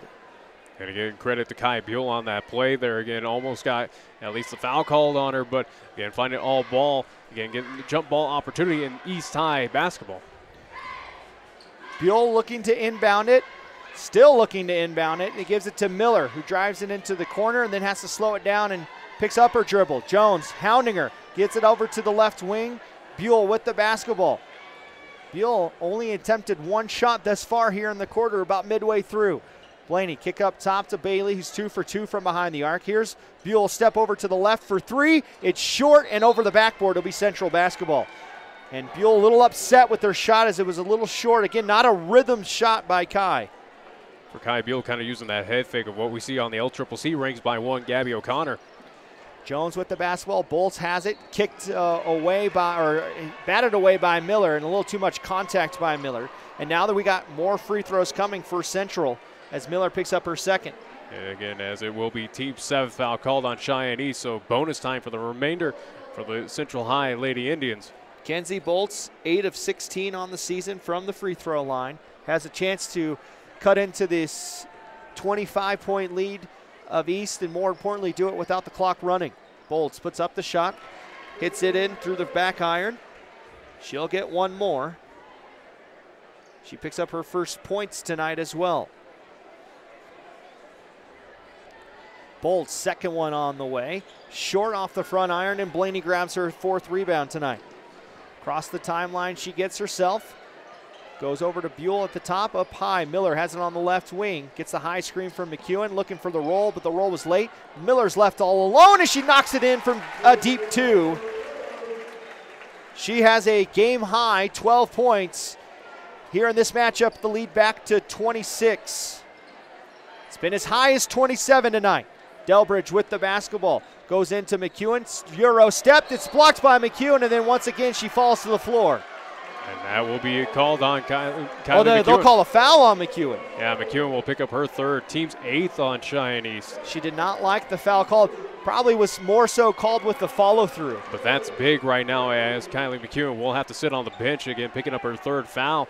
Again, that takes out the size there underneath the basket for Cheyenne East. So looking, at least, we'll see if Cheyenne Central now be a little bit more aggressive on the inside. That will bring in Abby Brady as Delbridge's first free throw attempt rolls in. Again, right now, Cheyenne Central, what they're at least having the opportunity here, again, free throw shots. Again, the clock stops and able to chip away at the lead. They need to start going 2 for 2 instead of 1 for 2 at the line, and that time Delbridge does go 2 for 2. They're 7 of 14 tonight from the free throw line, or 8 of 14 from the free throw line. For East, they've only attempted 2 free throws tonight. Lead cut to 24. Miller has the basketball on the left wing, goes to the left block to Brady, faces up, puts the ball on the floor, and it's taken away, but a foul is called off the ball. 3:04 left. Or it could be 309. I Who think knows? it's 309. 309. Couldn't see the other side as Fagenbush picks up her second foul, just the second team foul as Miller comes out and back in comes Erickson. Buell in the left corner puts up the 3-ball, air ball, and the rebound will come to Bolts for Central. And she will be fouled. A reach-in foul by Bailey, her third. That is now the team 9th foul. So for East, they're picking up fouls, and you can't say they're cheap or anything like that because they're earning every foul. Every foul's been a lot of contact. And right now, again, a lot of at least your key players for Cheyenne East, again, with 3 fouls. And as we mentioned with Kylie, at least McEwen sitting on the bench, again, they're big. Again, she has to sit. This is opportunity for Coach Glenn Kirkbride and his Lady Indians to take advantage of this. Bolts puts up the first one, too strong off the back iron, and the rebound will come to Brady for East. Brady's third rebound tonight as Erickson walks it across the timeline. She's picked up by Mackenzie Bolts. Crossover dribble, now spins around into the paint. Scooper up and in for Abby Erickson. Nice take by the senior guard. She's got 7, her first bucket here in this second half. As we're going to see another foul. And the foul's on Kai Buell, and she does not like the call. Well, again, it was that reach-in foul there, so 10th team foul called on Cheyenne East, so double bonus for the Lady Indians, and now 3 fouls on Kai Buell. So again, another big player for Cheyenne East in foul difficulty.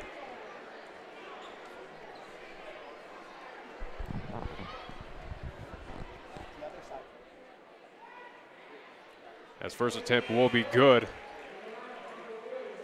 Thank you, Nick, as we got some other camera operators coming up here for some game film. As Mackenzie Bolts, as you said, hits the first. 45-20 the score. Mackenzie will have one more coming. She puts it up, and that one rolls out. Fernio grabs the offensive rebound, puts it back up too strong. Jayla Jones grabs the rebound. She's thrown to the floor. She'll go to the line to shoot 2. We'll see who the foul is going to be called on. I think it was on Blaney. And it will be called on Madison Blaney, so she has 3 as well. So, again, a lot of Lady Thunderbirds right now getting that foul difficulty here in the third quarter. And you can start hearing some East fans start screaming about the foul count as Jones, 0 for 1 from the free throw line tonight, is now 0 for 2 as their first shot is short as Martin will come in for Blaney. Well, how about this right now with Cheyenne Central, at least with 20 points here in this contest. Again, they put up 10 points here in this quarter. 10 points is all they put up in the first half. Right. Yeah. It's one of those things that for Central, that second quarter as Jones goes 1 for 2 at the line, you got to make up for it at some point, and going 1 for 2 at the free throw line when you have 17 free throw attempts doesn't help you. Doesn't help you get back in the game. Miller will throw it away. She thought, again, as Erickson went to the corner, she thought Erickson was going to stay put at the wing and then throws it away. That's just the 8th turnover, though, for East. But here's an opportunity, at least for Cheyenne Central. Full court pressure, a little less pressure on the full court as it starts at the 3-quarter court. Fagenbush has in the left corner. She puts up the 3-ball. It's short, and the rebound comes to Brady, and she will be fouled by Bolts as Bolts was trying to dive to the floor to grab the loose ball. So 3rd team foul called on Cheyenne Central. I do believe for Bolts it will be her first. So one thing that Central has not been able to do as well, where East has done well, is hit the 3-ball. They're just 1 for 9 tonight from 3 is Central as that pass is nearly stolen away. Martin able to regain the possession, and then a block call on Mackenzie Bolts. So she picks up 2 quick fouls. Team's 4th foul on Cheyenne Central. So now for Central, they're starting to rack up the foul count. Yeah, absolutely. Miller with the basketball. With Fernio up high, playing defense on hers. Central sticks with the man defense. Bailey, straightaway 3. Nothing but net. Bailey's 3 for 3 from deep. And Miller picks up her 3rd assist. Bolts gets it across the timeline for Central. Slows down. And now has 2 players on her. And picks up her dribble. Bounce pass to Jones as she's able to get through the double team. Jayla with the basketball. Dribbles with the right hand towards the right wing. Goes to Fernio in the paint. Kick out pass to Bolts. She goes an extra pass to Fagenbush, fakes the shot, drives baseline, puts up the right hand, scooper, nothing but net. Good dish or drive by Fagenbush. Again, good move on the inside, getting the 2 points there to fall for the Lady Indians. But again, you're trading in a 3 for a 2, especially with this big lead by Cheyenne East. Bailey with the basketball, goes to the right wing to Martin, looking to go down low. Instead, will kick it out. Miller's open for three. It's a little flat off the left iron. She runs and grabs her own shot, puts up the attempt, and is fouled by Jayla Jones. So great hustle by Sydney Miller for Jayla Jones, her first. Team's fifth on the Lady Indians. And for East, they're going to be attempting just their third and fourth free throw coming.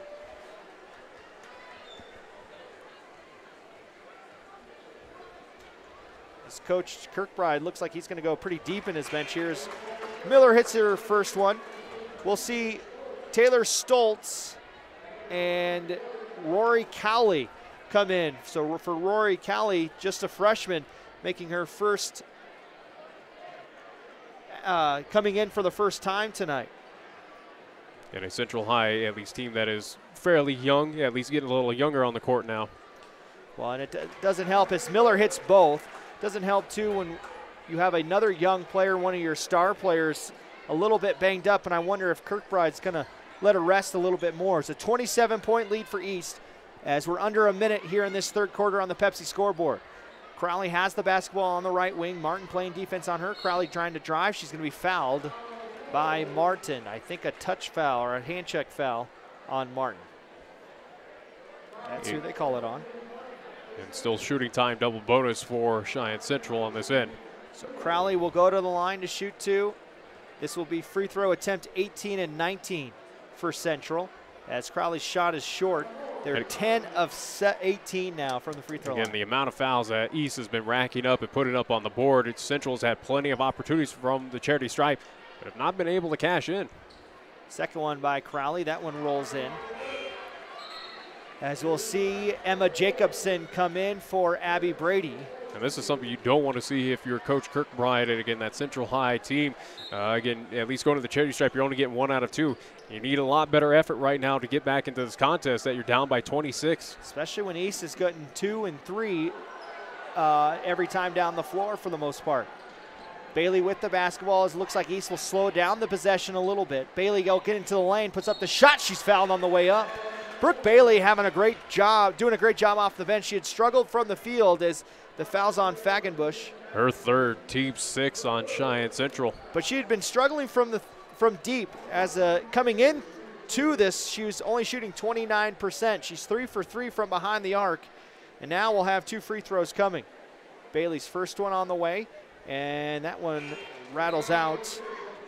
Took a few hops and then decided to roll on out. I had to wait there for a second as I didn't want to make an assumption. Go back to I do believe the first half where again at least Central High free throw shot that looked like it was completely out. Right. Eventually wins it, goes in. Bailey twirls the basketball. She shoots 44% on the season. She goes 1 for 2 at the free throw line as she hits her second. She has 10 points, just her and Sydney Miller in double figures in this game for East and for Central combined. Jordan Jones with the basketball, goes into the lane, kick out pass, Whalen open for 3. It's off the right iron. Emma Jacobson for East hustles and grabs the rebound. Hands it off to Sydney Miller, goes up to Erickson. Erickson into the lane, taken away by Whalen. It's the 9th turnover for Central. Headman pass to Bolts is too far. But great job by Bolts to save it. Gives it to Stoltz, and then a foul is called on East. It's on Sydney Miller, her third. And as we had said, they're getting the double bonus with 7 seconds left in the third quarter and the rest of the way. As you mentioned with Miller, 3 fouls on her. McEwen 3. Kai Buell 3 fouls. A lot of foul difficulty right now for key players. Stoltz hits her first, and I'll tell you what, Nick, this third quarter has felt like it's lasted forever. Of course, with 16 fouls in the quarter, or well, no, 16 more than plus, that, yeah. 16 plus. Right now, it's no wonder why it's felt longer than it has been going. As Stoltz knocks 2 for 2, one of the first players to go 2 for 2 from the line tonight. With the basketball, Erickson goes to Miller. Miller puts up the long 2 at the horn. Bank shot off the mark.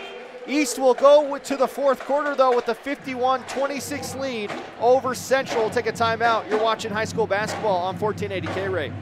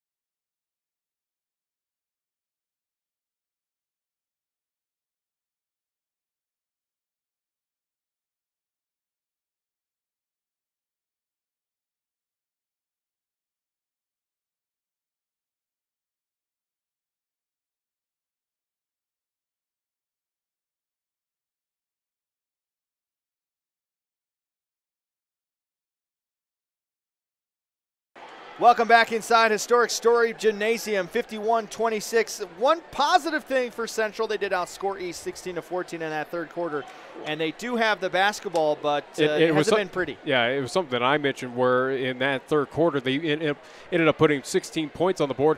Again, 6 more than they put the entire first half. So, again, at least on the offensive side for the Lady Indians, again, a small positive.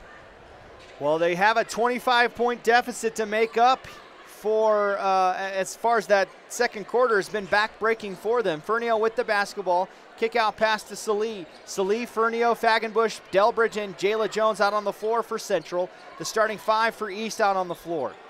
Jones with the basketball. Kick out to Fagenbush on the right wing. She looks to go baseline. Great defense by Miller. She picks her pocket. Steals it again. That's her 4th one tonight. Miller across the timeline. Miller, Buell, McEwen, Erickson, who puts up the left corner 3, and Blaney, her shot's off the mark. Kai grabs the offensive rebound, extra possession for East. Buell, bounce pass off the foot of Fagenbush and picked up by Salee. The 10th turnover for East. Salee, who picks up her first steal. Fagenbush on the left block, turnaround jumper, short, and she's fouled by Miller. That's her 4th foul on Sydney Miller. 4th foul ahead again. Those fouls carry over from the third quarter, so again, still double bonus for Central High again for the entirety of this quarter. Yeah, and again, we say it was 16 plus. There's probably close to 20 fouls called in that third quarter. Yeah, again, a game that was kind of quick out of the gates has slowed down to an absolute crawl here. Fagenbush hits the first of 2. She's now 2 of 3 tonight. They are 14 of 22. But this is what you want if you're Coach Glenn Kirkbride. Again, slow down time and get those at least opportunities. You got to go better than 1 for 2 as Blaney has that rebound go off her knee. She's able to hustle it and run it down. She's got 5 rebounds now. Buell with the basketball. Delbridge picks her up at half court. Couple of dribbles with the right hand. Now she puts her head down, gets into the lane, goes underneath the basket, kick out to Blaney. Blaney has 2 to converge, goes to McEwen, who puts the shot way up high off the glass, and she'll go to the line to shoot 2 as she was fouled on the shot.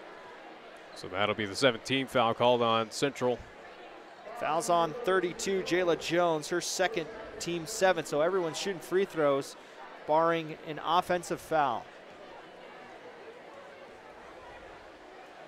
McEwen's first free throw attempt, rolls in and out. Just kind of line drive that one up there. Yeah, it didn't have a lot of arc on it. They have 4 for 7 as a team. McEwen's 1 for 3. Here comes the second one for Kaylee. That one better arc, a little too deep. The rebound comes back to McEwen. McEwen pass to Erickson, puts up the shot. It's blocked. It's a jump ball, and it'll be East basketball underneath the basket. So McEwen picks up her own rebound after going 0 for 2 from the line. They're now 4 for 8 on the night. McEwen picks up her 5th rebound, though. Inbound pass comes to Blaney. Erickson has it. They're trying to get Kai open in the corner. Instead, Erickson will put her head down and drive, and she's fouled on the way up by Jones. So Erickson, with some good hustle, getting into the lane, will go to the line to shoot 2. So Jones picks up 2 quick ones there. Her 3rd foul. Team's 8th on the Lady Indians.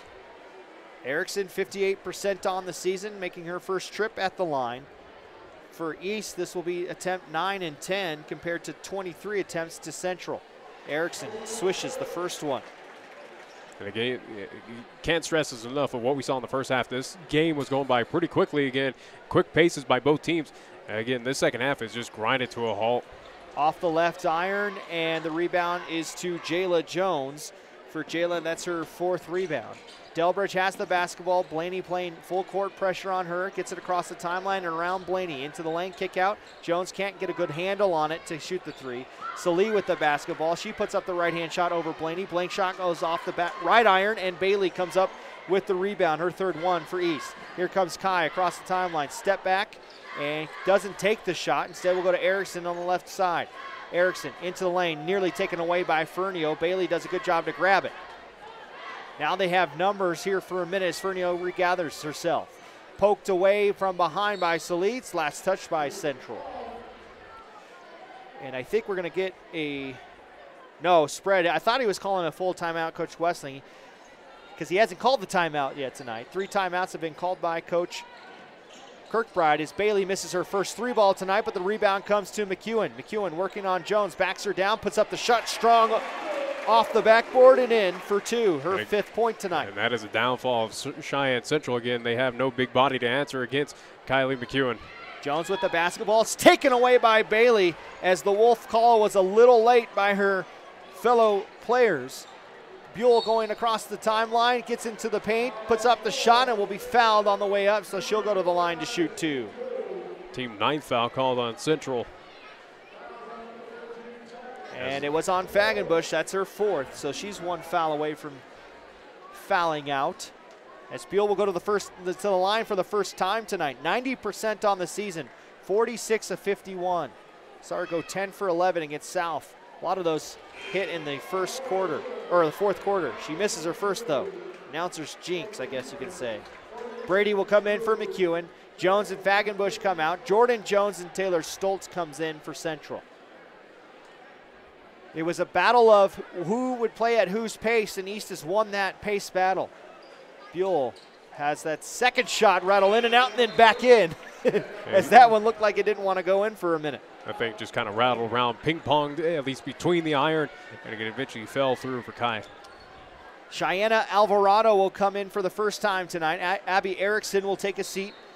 She may be done for the rest of the night with 5:27 on our Pepsi scoreboard. 55-27. East with the lead. Delbridge has the basketball, goes over to Salee in the left corner. She gets into the lane, puts up the 10-footer, bangs off the back iron, and Buell grabs the rebound for East. She's looking to push the tempo, goes to Blaney, who lost control of it. We'll give it to Brady. She hits a couple of players. Her shots misses everything but the backboard. And hustling to try to save it was Stoltz, but it's last touched by Central State East basketball. Something you mentioned again, East with the lead. It's a lead that they've had for quite some time in this contest, almost getting kind of out of the get-go of this contest, and they've never looked back. Absolutely, as Buell will get it into Bailey on the left side. Bailey will slow it down even though Fernio's on her. They got the count going, but Bailey does a good job getting it over to the main ball handler in Kai Buell. Bounce pass in the low, down low, extra pass, 15-footer for Brady is short, and Stoltz grabs the rebound. That's the first missed shot from that 15-foot range for Brady tonight.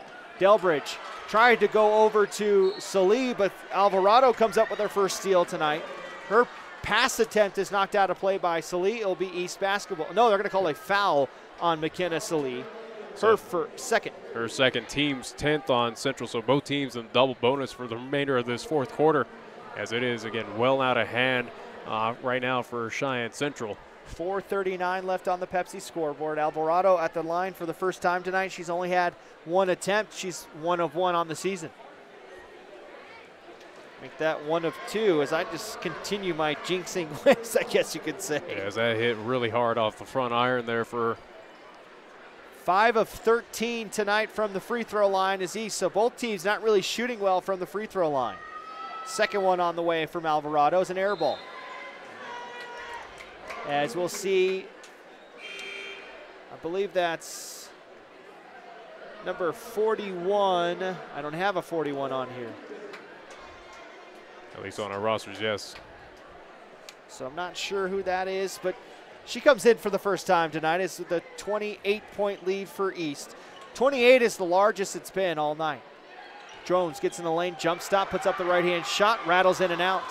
Stoltz grabs the rebound, and a foul is called on Taylor Stoltz. So that will send Abby Brady to the line to shoot 2, as both teams are in the double bonus.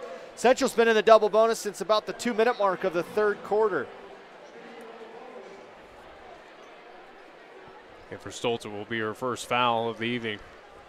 So Brady's at the line for the first time tonight. She swishes her first one. Brady's got 5 points now with 1 more free throw coming. And I anticipate that we'll see a few benches clearing for both teams again, as this game is, again, well in advantage for Cheyenne East. Sydney Miller will come back into the game. Cheyenne Alvarado will take a seat as Brady's second free throw rolls in through the back iron. She goes 2 for 2 from the line. There's now 7 of 16, a little bit closer to that 60% free throw percentage on the season. Fernio bounce pass to Salee, extra pass into the middle, stolen away by Willow Martin, and then she gives it right back to Stoltz, who will bank it out as it went off the right iron. Brady grabs the rebound. Here comes Kai Buell Sydney Miller across the timeline. She puts up the left-hand shot, and she's fouled. She'll go to the line to shoot 2. 30-point lead, largest of the night for East, with 2 more free throws coming. The foul's on Fernio, her second.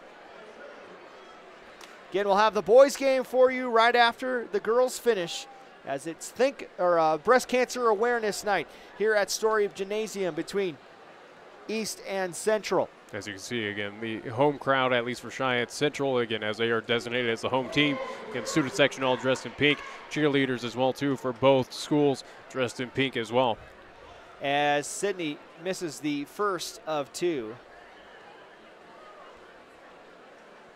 Miller, twirl of the basketball, puts up the second shot, nothing but nets. She has a game-high 15. Her, Bailey, and Buell all in double figures for East. With the basketball is Central. Jones at the top. She gets in the lane. Kick out pass. Salih will put up the right corner 3-ball. Nothing but net for Salih. Her first 3-ball tonight, just the second one hits for Central. As for Jordan Jones, she with a nice drive and dish. Buell into the lane. Kick out to Brady. It's stolen away by Stoltz. So both teams not doing a good job taking care of the basketball as that ball's poked away from behind by Salih. Salih has the ball poked away from behind by Sydney Miller, showing off the speed down the floor as McEwen will come in for Brady. 58-30 is our score. Yeah, Central will still at least have the basketball on the offensive zone. So for Central, looks like they'll lose their 10-game winning streak as Jordan Jones has her shot too far off the back, or too strong off the back iron, and the rebound's picked up by Bailey. Martin on the right block, banks it in. She has her first 2 points tonight, leads back up to 30. So they'll go to 12-2 on the season. Their 10-game winning streak will be snapped by East as Salih has it in the left corner. She'll put up a 3-ball. Nothing but net as Salih starts catching fire. Again, as you mentioned with Cheyenne Central, it's looking like they're going to fall to 12-2. For Cheyenne East, they're going to move up to 15-1 on this season. 3-0 in conference and extend their winning streak to 9 games. Their only win has been to a Colorado team. They haven't lost in the state of Wyoming. Bailey, 3-point shot off the right iron. McEwen fights through 3 players, grabs the offensive rebound and lays it in for 2. She's got 7 to go along with her 7 rebounds. Fernio, spin move for Central, gets into the paint. Kick out pass, Salih open in the right side. It's a bank shot, it's off the left iron, and Jones grabs the offensive rebound, her 5th one. Fernio at the top, gets in the lane, puts up the 10-footer, bangs off the back iron, and Bailey grabs another rebound. That's her 5th as she's fouled and goes to the floor. Does her and Jones. They collided pretty hard. Yeah. But it looks like Jones will be back up under her own power, and she'll be fine. As Bailey will go to the line. 2:20 left on the Pepsi scoreboard. 29-point lead. For Jones, it will be her East. 3rd foul. Again, the second half, that's been kind of taken away from the players at this point, again, of how amount of fouls have been called so far, again, especially in that 3rd quarter, but now here even in the waning moments of the 4th. Bailey's first free throw attempt is a swish. She went 1 for 2 at the line the last time. So back up to the 30-point lead for the Lady Thunderbirds. The opportunity right now, if she hits, it will be the largest lead at 31 for Cheyenne East tonight. Katie Castle, Emma Jacobson, and Cheyenne Alvarado come in for the first time. Buell, Blaney, and Erickson come out. We'll see Jordan Jones and Salih come out for Central as Waylon Fraley come back in, as well as Jaden Gashler. Bailey goes 2 for 2 from the line. Both teams now with the free throw counts evened out. It's 22 free throws for for East, 23 for Central. Stoltz has it, goes in the left block. She's fouled on the way up by Castle. She'll go to the line to shoot 2. Castle picks up her first. Stoltz will go to the line for the 2nd time tonight. For Cheyenne East, they'll go through at least quad play. They'll be the only unblemished team in quad play as the shot by Stoltz is missed. And I think after this victory again, where Cheyenne East coming into this game ranked number 2, Cheyenne Central number 3, and a good argument at least of what they've done here tonight. Again, possibly at least getting that number 1 spot in the rankings next week. See how I believe Thunder Basin has to play Campbell County this week as well. So see how that one goes. That's always a good ride. Well, I say always good. It's Thunder Basin's only been in a school for 2 years, but it's not an established rivalry like this. It is beginning to be a good rivalry. Bailey puts up the 3-ball. It goes nothing but net for Brooke Bailey. She's got 15 points off the bench tonight. Her 4th 3-ball hit tonight as well. As that ball is thrown out of play by Central, their 16th turnover. 67-34, 33-point leads, the largest of the night for East, as we're at 144 on the Pepsi scoreboard. Alvarado running the point now for East, gets it across the timeline, loses the handle, and there's Jacobson, grabs it, goes up top to Bailey. Bailey, as looks like East will at least run a set. The only starter on the floor for both teams is Kaylee McEwen. As that ball is stolen away, but a whistle. Looks like for Jaden Gashler, she'll pick up her first foul. And again, just another foul called here in the second half as it is just mounting up. And you kind of wonder if the refs just get paid by a foul at this point in time. Well, again, with the lead well out of hand for for both teams. Alvarado went 0 for 2 at the liner last time there. And to think about this too, as Alvarado gets the first one to fall, she picks up her first point tonight. East came into the third quarter with 2 foul shots. They now have 24. This will be the 24th attempt, so 22 foul shot attempts here in this second half as Alvarado goes 1 for 2 at the line. They're now 10 of 24 on the night. Across the timeline comes Gashler. She holds the basketball. Over in the corner, Jordan Harris, who comes in for the first time. One of the 3 seniors for Central, as that ball's taken away by McEwen. McEwen picks up her first steal. It's the 17th turnover for Central as Bailey walks across the timeline. Up 34 as we approach the 1-minute mark in the fourth quarter. Jacobson looking for a cutting Bailey. Instead, will go up top to Castle. Straightaway 3 is going to be well short. The rebound will come to Gashler for Central. Headman pass to Harris, puts up the shot underneath the basket, but waiting for it and banking it in was another player that's not on my roster sheet. So he's going way deep into the bench. Absolutely. Jacobson grabs it. It's going to be an over and back call. Something that you mentioned for Cheyenne East, again, 10 of 24 shooting on the free throw line. Again, something that they do still need to address. Right. Something that could be an Achilles heel when they do take on a Thunder Basin, or at least going through Which at is least next regionals. Week as well. Thunder Basin and Campbell County, they'll have them at the Thunderdome. Left-hand shot by Whalen is off the mark. She grabs her own rebound, goes back up. Her shot's short, but it'll go to the line. She will go to the line to shoot 2, where she's 2 of 3 tonight. This will be free throw attempt 26 and 27. Again, as we mentioned for Cheyenne East, they'll move to 15-1 overall. Cheyenne Central is going to fall to 12-2 overall. Air ball by Whalen on the first free throw attempt. You know, some of these free throws haven't even been close as well, Nick. And 23 seconds left here in this fourth quarter, at least in this contest. Again, do stick around as boys action will be coming up here as well, too, here on 1480 KRAE. Third point for Whalen as she goes 1 for 2 at the line. They're 16 of 27 from the free throw line. Castle with the basketball as we're at 15-second mark. We'll see if East just tries to run out the clock. Jacobson goes down low to Castle. It's knocked out of play. It'll stay East basketball, so maybe they won't try and wind down the clock with 8 seconds left. Martin to inbound it. Will inbound it to Castle on the left elbow. She'll put up the shot. It's short, and the ball will come all the way towards half court. And that will be the final horn. East with the dominant performance tonight over Central. 31-point victory, 68-37 as East had it going, Nick, from 3. And they had it going all night, and that second quarter just buried Central here tonight. They certainly did. Again, that start of the third quarter, again, coming out, or even going into the second quarter, just things were getting well out of hand for Cheyenne Central. Again, a team that struggled on the offensive side, had good defense to start out the contest as both teams were at least trying in that filling out process in the first quarter. But again, credit to Cheyenne East of what they did on both the offense and defensive sides. Again, a phenomenal effort here of what they put up against their crosstown rival, the Central High Lady Indians. We'll take a timeout here. Give me a chance to add up some individual stats and we'll come back with those. Of course, we'll have Coach Tag Lane for you as we get you also set up for the boys game. It's a 68-37 win for the East Lady Thunderbirds. Timeout as you're watching high school basketball on 1480 KRAE.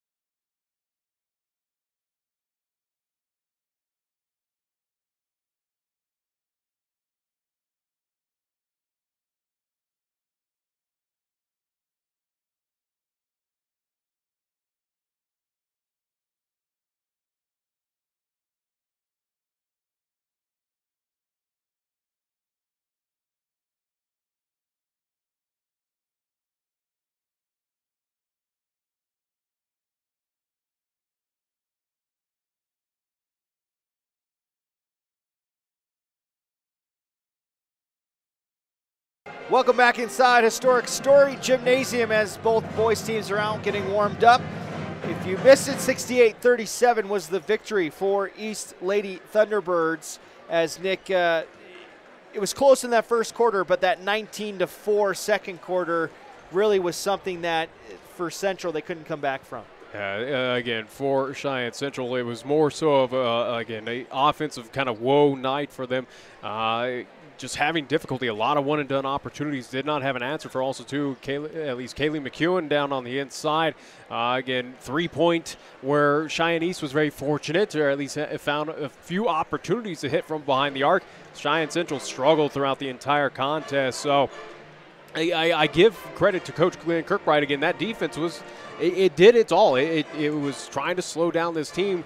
But, again, kudos to Cheyenne East as well and Coach Eric Wesley.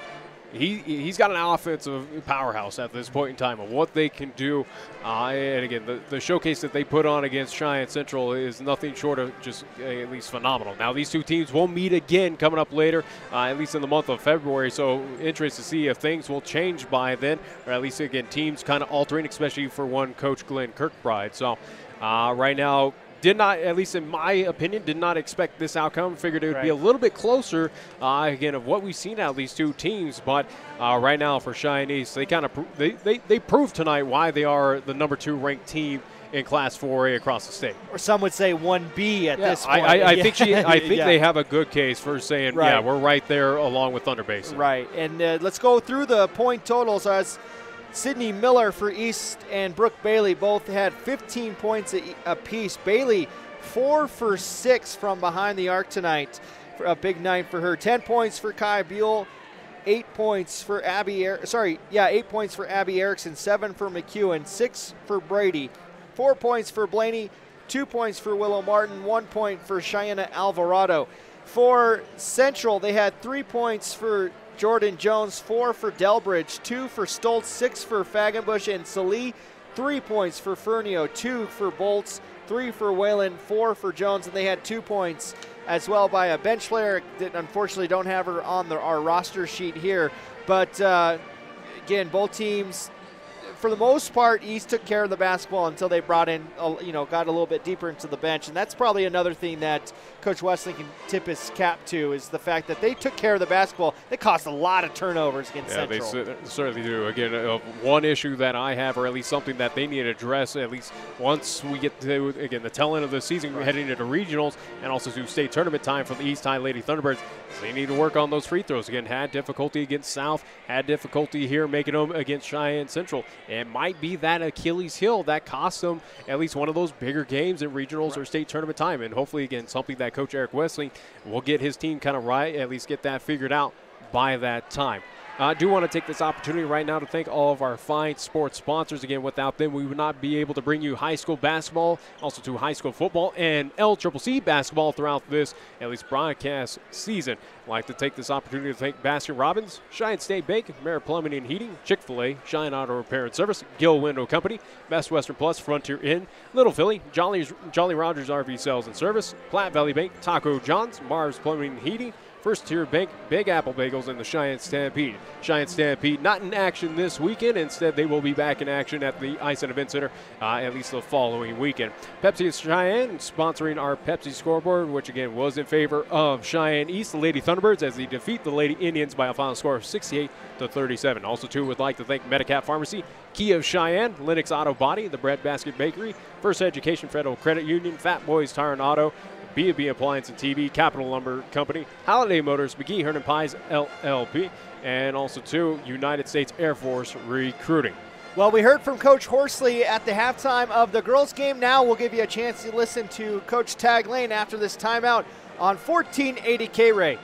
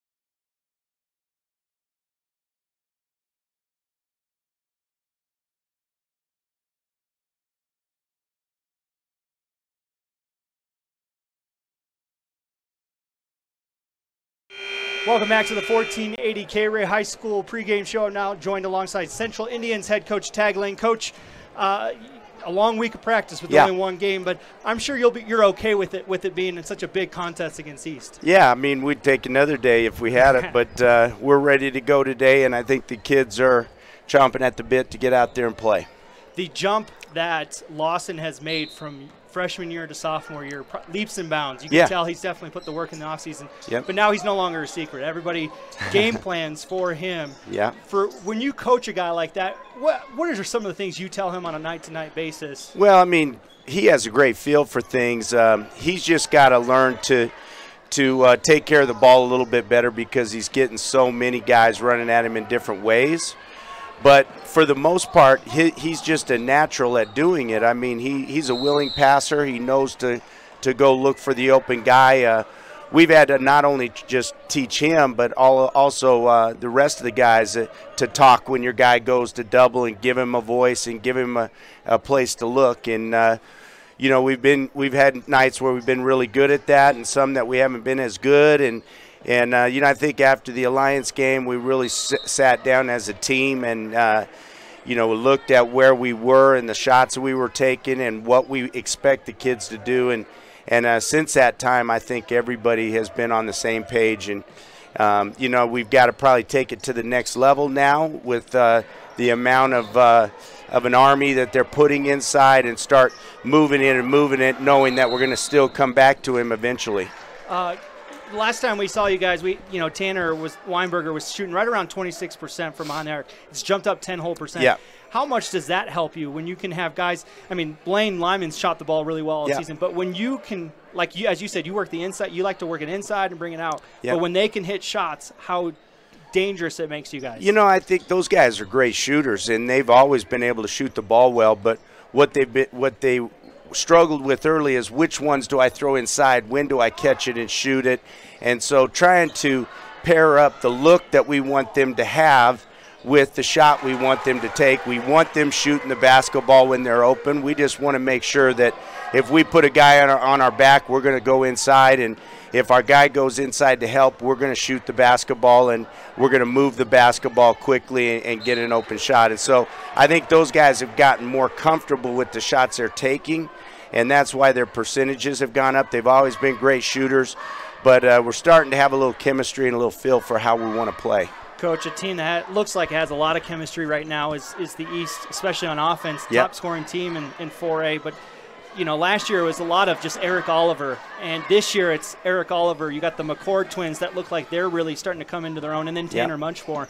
I mean, you try to limit Eric as much as possible, but how important will it be to stop the cast that he has around him as well? Well, it's really tough, and it's going to be really important. And the thing about Eric is that he is such an efficient scorer for the number of shots that he takes. He has a ton of makes, and so you got to try to keep them from playing through him. He also has a ton of assists, so you've got to do a good job on him one-on-one. You got to do a good job on him rebounding the basketball. You got to do a good job on him feeding guys that are open, and so he's a multi-faceted force to deal with. And much more has really dinged us a few times over the last few games with his shooting from the perimeter. So he's been a factor, and the McCord twins have, always been really good, aggressive against us, and athletic and tough to stop. So we definitely have our hands full. Miller is a guy who is tough to guard and uses a lot of head fakes, a lot of pass fakes, and finds a way to get in there and make a play. And he's been really good from the foul line as well, so you can't foul him. And so they've got guys, and we're not even talking about Buell, who in my mind is, last year he was one of the best players in the state. What I've seen of him on film with East, he's playing great in his limited minutes, but as he gets healthier, he's going to be a force, and they seem like they're playing together really well. Well, thanks, Coach, for your time. Appreciate it. Great. Good luck tonight.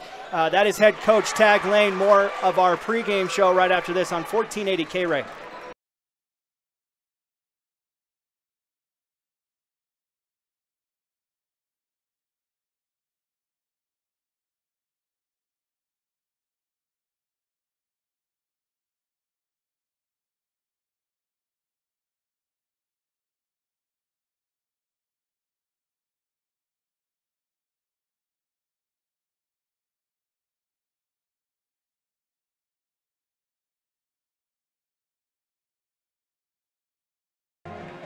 Welcome back inside historic Story Gymnasium as we await the boys game between East and Central. Let's take you through the starting lineups for head coach Rusty Horsley and his 12-1, 2-0 in the conference East High Thunderbirds. They'll go with twin number 1, number 2, Xavier McCord, 10 points, 5 rebounds, 2 assists per game.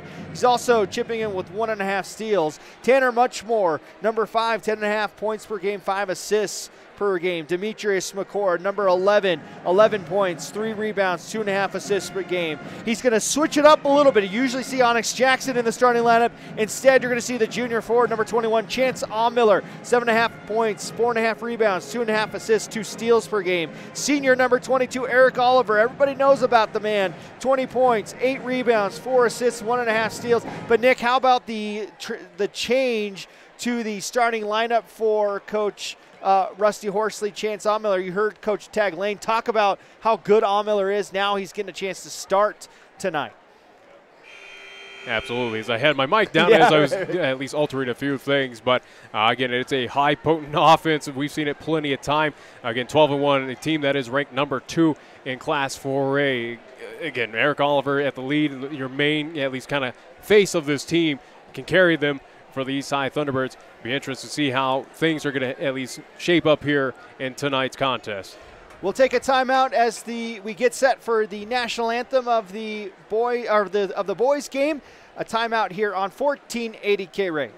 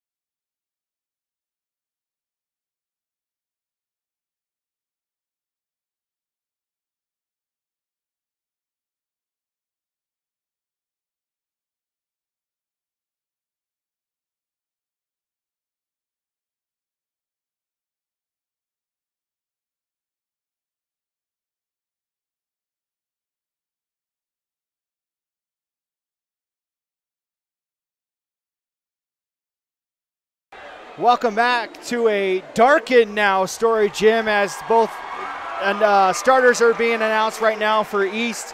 What we'll do though is we'll go over the starters for head coach Tag Lane and the Central Indians, who are 10-3 on the season. They're 2-0. They are as well on a winning streak of a 4-game winning streak.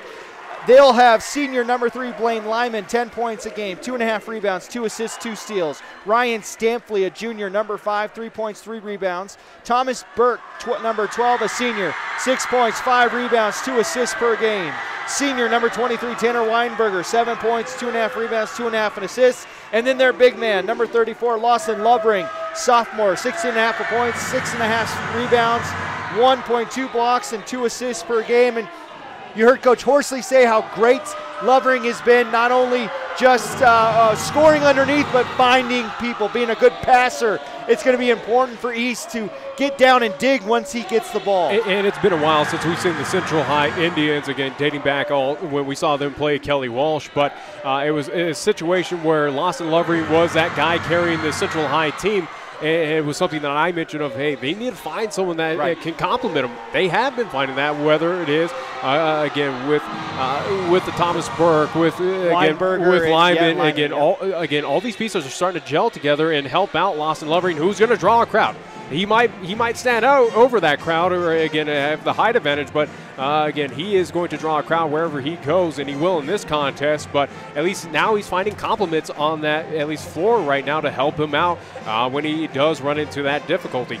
As we saw in the ladies contest with the boys, it is number 2 Cheyenne East, number 4 ranked at least in Class 4A Central High Indians. Another powerhouse at least battle between two great teams here coming up right now. Central will be in the home whites with the red numbers. East will be in the road black jerseys with the blue numbers. Central going right to left on your computer screen or your TV screen, however you're watching us on YouTube and Periscope. East will start with the basketball as Xavier out-tips Lovering. Much more with the basketball. Goes behind the back as Stanley will come up high on him as it looks like East will start, or Central will start in a man defense. 3-ball attempts by McCord is short, and Lovering grabs the rebound, his first one tonight. Here comes Central now with their first chance to get on the scoreboard. Burke with the basketball. Lovering grabs it. Extra help by Muchmore, and he will foul Lovering, and Muchmore will pick up his first team first. So an early foul call here in this contest against Cheyenne East. And one thing you can't do with Lovering is you can't do the hack-a-shack either. He shoots 76% from the free throw line. He's that big man that can hit those free throw shots. Burke gets the inbound. He's at the top of the arc. With the basketball on the right wing is Stanley. They go back to the top, and reverse court. Lyman has it on the left wing. Demetrius McCord up high as East is in a man defense. Look for a lot of help, though, once Lovering grabs the basketball. He has it. Kick-out pass is stolen away by Eric Oliver. Here comes Oliver across the timeline, goes to Muchmore. Kick-out. McCord, right wing, will go to his brother Demetrius. He's in the lane. Left-hand scooper up and in for 2. East gets on the board first. And a team that does have that quick striking offense, we saw it right there. East, 73 points a game, leads 4A in points per game, whereas you have Central, 47 points a game is what they're giving up their opponents. That leads 4A. So two different philosophies when it comes to who will give up the right. defense or, again, the top-rated offense. Who will give a budge in this one? Stanley has the basketball, goes to the right wing. Thomas Burke, as they look to get Lovering the touch, they go over the shoulder. Lovering has it. He's double-teamed. Past the lineman. Not a good one, so he couldn't take the shot. Stanley jump stop. Left block. Puts up the bank. Shot rattles in. Nice bank shot by Ryan Stanley. We're tied up at 2. McCord with the basketball. He'll put up a quick 3 from the right wing. It's high off the glass, and Stanley will grab the rebound. But I was going to say I thought it hit the net, the bar up top, as it was off the front iron. Yeah, the bar will be out of bounds. So either way, though, Indians basketball. East with a full court man pressure is Muchmore hounding Stanley, but Stanley gets around him without any issues. Muchmore did pick up a quick foul, the only foul called so far here in this first quarter. 6:10 left in the first quarter. Weinberger down low, Lovering in a high percentage spot. He lays it in and one. I don't know why Xavier McCord tried to go up for the block shot, and that you just let him get his 2. Don't give him a chance to get 3. Good patience by the big man, Lawson Lovering there to anticipate that. Again, getting the basket to fall, and now a chance for the old-fashioned 3. Again, in front of a big crowd, a packed house here at Story. Lovering's three-ball or free throw is off the mark. Rattles in and out. Xavier grabs the rebound. Xavier picked up his first foul, team's second down that floor. Demetrius will go back to his brother. Straightaway threes. They sag off the McCord twins as Miller goes in with the offensive rebound, but he can't get the shot to fall. 4-2 the score. Here comes Weinberger across the timeline. Goes to Burke. Burke jump stop with 3 around him, and he misses the shot too strong. Oliver grabs the rebound for East. Big opportunity missed by Central here early. Miller on the left elbow. Spin move right into Burke. Puts up the shot. Nothing but net for Chance Miller. That's why Chance Miller is starting here tonight. Lyman gets it into Lovering. Back to Lyman. Now to Stanley, and they'll slow it down and walk it across the timeline with much more on him.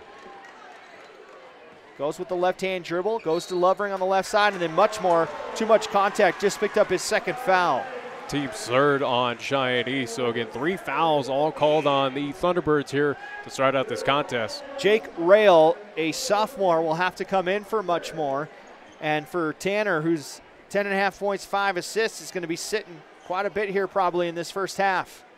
Stanley with the basketball, looks over at Coach Lane for the call. Dribbles over to the left side, gives it up to Lovering, who's up high. Weinberger on the right wing. Eric Oliver tagged to at least keep an eye on him. Lyman on the left side. Kick up to Burke. They go down low. All three players converge on Lovering. Kick out Weinberger. Deep three from the right side. Nothing but net from Tanner Weinberger. Give the assist to Lovering. And if Weinberger can hit that shot, it could be a long night for East. Central with a 7-4 lead.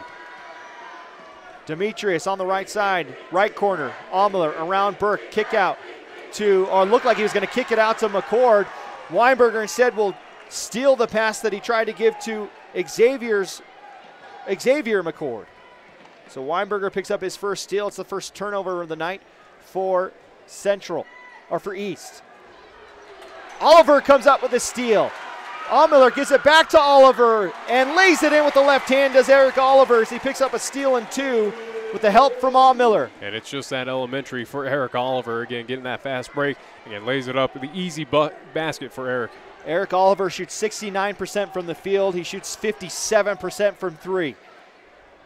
Lovering with the basketball. 7-6 our score. Central still with the lead.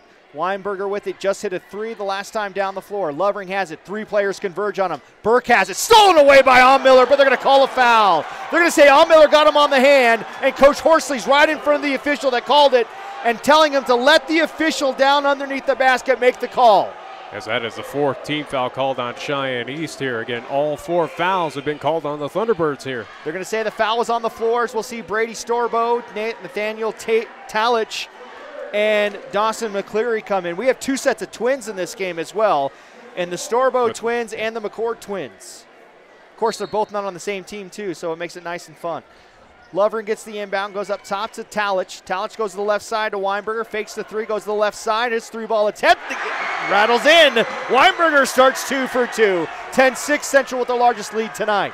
McCord with the basketball, has the tall Lovering on him. Fakes the pass. Demetrius will put up the left wing three. That one goes in. How about McCord to McCord. How about this back and forth action between these two teams? Now that's the first three-ball hit for East. 10-9 the score. This could be a track race here tonight as Talich gets it across the timeline. Rail playing defense on him. A lot of contact without a call. McCleary goes to the right elbow to Lovering. Kick out. Weinberger open again. Will go to the left block to Lovering. His shot is blocked by McCord. He falls to the floor. 5-on-3 for East. Demetrius loses control, almost dribbles it out of bounds. Goes into the lane, puts up the right hand. Floater, offensive foul. Nathaniel Talich playing great defense as Demetrius McCord will pick up his first, team fifth. Team fifth foul on the Thunderbirds here. And you can hear the crowd as it is, at least again, in front of that Central High student section. 2:56 on the Pepsi scoreboard, 10-9 Central with the lead. High octane so far in this first quarter with both teams. Weinberger goes to Talich. He's at the top, looks over at Coach Lane for the play. Rail playing on his back pocket on defense. Lovering's way up high. They go to Weinberger's. They start this offense really high. Storbo has it. They go high-low with him and Lovering. He puts up the bank shot. He's fouled on the way up. It's going to be fouled by Demetrius McCord. He now has 2 fouls, and foul trouble on the floor now for Coach Rusty Horsley as McCord and Muchmore both have 2 fouls. Big decisions, as that is the 16th foul on Cheyenne East. Again, 6 fouls against Thunderbirds. None has been called against Cheyenne Central here. Jackson will come in for East after this free throw attempt that's made by Lovering. Jackson will come in for Chance Miller. And again, as you mentioned, you can't pull the hack and shack against the big man, Lawson Lovering. Again, he is pretty clutch from behind that charity stripe. Cole Michaeli will also check in. And he'll have to wait for the free throw as Lyman and Burke both come back in. Lovering rattles the second one home. He's got 4 points. The lead's up to 3. As Miller, I thought it was, they did that wrong. When Jackson came in, I thought he was going to get Demetrius. He got Miller. Then Miller went back to the scorer's table to go and get Demetrius. As again, Demetrius McCord and Tanner Muchmore both have 2 fouls early in this first quarter. Rail with the basketball, goes around Talich. Miller from the left wing, gets into the lane. A touch foul on the floor by Dawson McCleary. This is the first foul called on Central tonight. They knew it eventually would come, so first team foul on the Indians. Well, the big difference is, though, when Central has the basketball, they're attacking the rim or at least trying to get it to Lawson Lovering. East is settling for jump shots for the most part. Oliver with the basketball. Lyman up high on him. Oliver step back three. Got it to go. It doesn't matter if it's in rhythm or not. Oliver does not miss. And we're tied up at 12. Talich has the basketball. Rail playing full court defense with that right hand on the left shoulder. Talich gets it across the timeline into the front court. Lyman up top. Storbo goes to the left wing to McCleary. McCleary down low on the left block to Storbo. Nice move around Jackson. He lays it in for two. Brady Storbo, 8.5 points off the bench, comes up with a big two right there with Lovering on the bench right now as Burke had just checked back in. Xavier with the basketball, 14-12 Central with the lead, goes to Aumiller. Aumiller fakes one way, gives it to McGord. Oliver almost had it taken away by Lyman. Back to Xavier, 14-12 with 1:23 on the Pepsi scoreboard. McCord gets in the lane, goes out of bounds but able to keep it in play. Oliver left wing three, short rebound comes to Thomas Burke. Kind of the rare miss by one, Eric Oliver. Kind of a fadeaway on that three as Storbo looking to go coast to coast. He does! No, it's an offensive foul! So we thought McCord scored, and a charge call was made. Aumiller draws the charge on Storbo. So his first, team second on Cheyenne Central. Again, a lot of energy, a lot of action here in Story Gym. And again, the crowd enjoying this one. This is kind of the feel that we thought we would have in the girls' game. And the first quarter was close, but this one has a much different feel to it as both teams are going blow for blow. Xavier gets it across the timeline. He's met at the right wing by Dawson McCleary. Rail at the top. He's in for Muchmore, who's got 2 fouls. Rail gets into the lane, puts up the pass to Aumiller. It's knocked away by McCleary, who tries to save it. He does. Great job by Dawson McCleary coming up with the steal and gives it to Storbo. Talich across the timeline goes to Dawson. In the corner, Lyman open for three. Off the front iron, Colgan grabs the rebound for East. Here comes East in transition, goes to Oliver. Oliver, Euro step, left-hand shot off the left iron. Xavier grabs the rebound, and it's dribbled out of bounds by McCord, the second turnover for East, with 31 seconds left in the first quarter. A lot of high-octane plays right now, but offenses for both Central and East have been kind of quiet right now. McCleary, Talich, and Burke will come out. Lovering, Weinberger, and Stampley come back in for Central, as Onyx Jackson will also check back in, and he'll check in for Xavier McCord. They want Colgan on Lovering. They'll have Jackson on Storbo. So Storbo about 6'4", but probably 6'3", 6'4", but probably about 240. Got Lovering at 6'9", maybe about $150. $150 soaking wet. Right, Stampley walks it across the timeline as it looks like Central will maybe try to wind this clock down and save it for one last shot. Lovering goes over to Stampley. It's in the right corner as they work the 4 corners. Now, Coach Lane telling them to attack. 10 seconds left on the clock in the first quarter. Trying to work high-low. Stampley gets it back on the left wing. Goes in the lane, jump stop, puts up the shot. It's blocked by Jackson. Rail has it. He'll put up the 3-quarter shot. It won't count if it falls. And that's the first quarter. Big-time tempo here at Story Gymnasium as Central will take the 14-12 lead after 1 quarter. Timeout here on 1480 KRAE.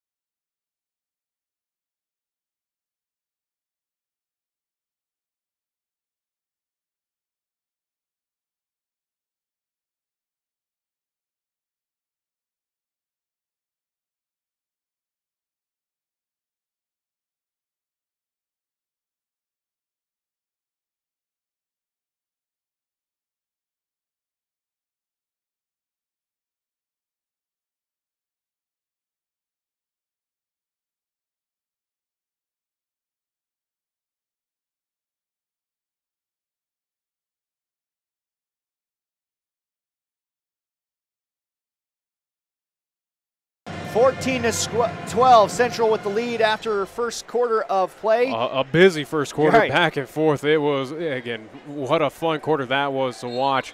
Again, looking forward to it here in the second. Still have people piling in here at the Story Gymnasium. I don't know if they can even fit in here. Yeah. It seems packed house. Lovering has it into the paint. McCord playing defense on him. Lovering, big shot over McCord, lays it in for 2. He's got 6. And it's as simple as he has the clear height advantage against every player on the court right now, and that's just easy for one loss in Lovering. Stampley steals it away from Rail, puts it up. The double pump, he won't roll in, but Rail will pick up the foul, and that's the 7th team. Yeah, so that will be bonus time for Cheyenne Central for the remainder of this first half. Well, and right now you're seeing Tanner Muchmore on the bench hurting East with Rail having to run the point, and actually here comes Muchmore, and he'll probably take out Rail, but for Tanner Muchmore, he's got 2 fouls as Stampley misses the first free throw attempt. 41% on the season, so not very good from the free throw line. East has Xavier McCord, Chance Miller, Eric Oliver, Aiden Colgan, and Tanner Muchmore. And for Central, it's Stampley, Lyman, Lovering, Weinberger, and Brady Storbo.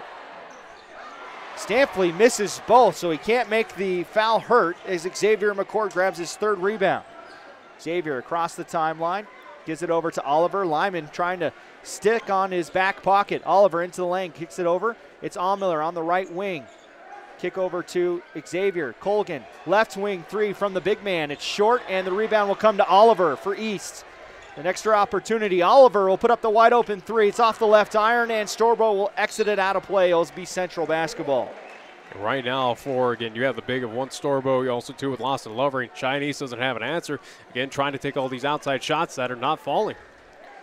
And Oliver, at least for that one, that was a good rhythm, wide open shot for him. You don't see him miss it, especially short as well. Lyman across the timeline, left wing, Storbo with the basketball. Colgan trying to play defense on Lawson Lovering and limit his touches. Lyman has it on the left wing. He'll put up a 3 from deep, and that will go off the left iron and into the hands of Eric Oliver. Oliver across the timeline, working on Lyman. Goes over to McCord. As you haven't seen East, who likes to drive, they haven't tried to drive too much with Lovering in the middle. Allmiller has it on the right wing, fakes one way, will go to Colgan on the left side. Now they have Lovering up top. Here comes Oliver into the lane. Now he stops, he's got 2 on him. McCord on the right corner. McCord has the bigger Storbo on him. Colgan puts up the long 2 over the hands of Lovering and knocks it in. Aiden Colgan with his first 2 points tonight. 16-14, as that's just the first bucket for East here in this quarter. Stampley has the basketball. Muchmore with 2 fouls. Not playing as tight on that full court defense. Stampley able to get it across the timeline into the front court. Weinberger hits 2 threes in the first quarter. Has the basketball. Now they reverse court. Storbo, nice give and go. And then Xavier McCord sneaks up behind and blocks the shot of Storbo. Xavier goes over to Muchmore at the top of the arc. Gets the high screen. Left wing 3 for Muchmore. He follows his own shot on the miss. Colgan has it. He puts up a 15-footer. It's off the right iron. Allmiller grabs the offensive rebound. It's another attempt for East, and Allmiller will finish. So Allmiller with the offensive rebound in 2. And just like that, we are tied 16 apiece. Good hustle on East on that possession, getting 2 extra chances. But being aggressive on the inside again against one Lawson Lovering, not being afraid. Storbo has it. They go down low. Lovering wasn't ready for the pass. The high-low doesn't work there. Now, according to my count here, that's just the 3rd turnover for Central, whereas East only has 3 as well, as we'll see Thomas Burke come in for Storbo, and Dawson McCleary's back in for Blaine Lyman.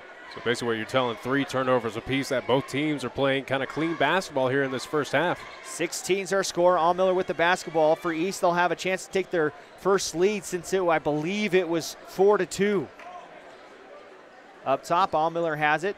Looking for Colgan on the opposite side. Xavier not taking the wide open shot with Lovering sagging off. Of course, with that length, he closes out pretty quick. Oliver, step back jumper. Got it to go from the right elbow. And tough shot. And just like that, the Thunderbirds have the lead.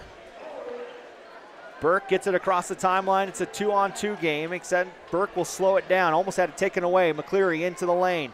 Will dribble it back up top. Goes to Burke on the left elbow. Kick out. Weinberger has Oliver up high on him with a hand in his face. Here's Lovering, his touch on the left elbow. Spin move, puts up the fadeaway. Big shot up and in for 2.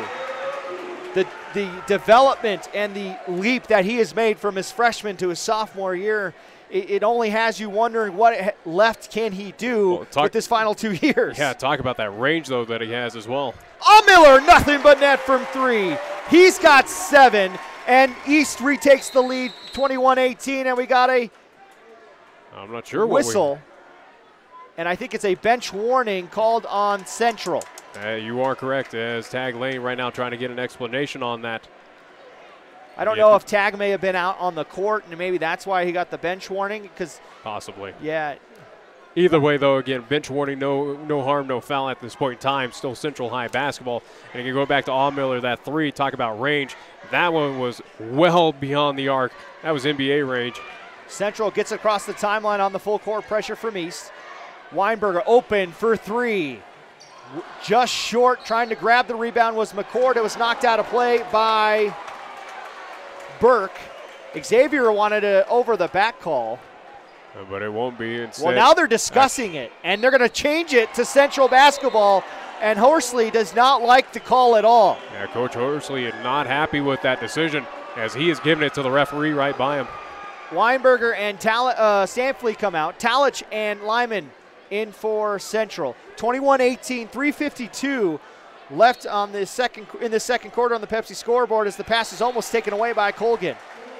So we had 26 points scored in that first quarter. I don't think we're going to have that many points scored in this quarter, as at least the amount of buckets we've seen fall haven't been quite as many.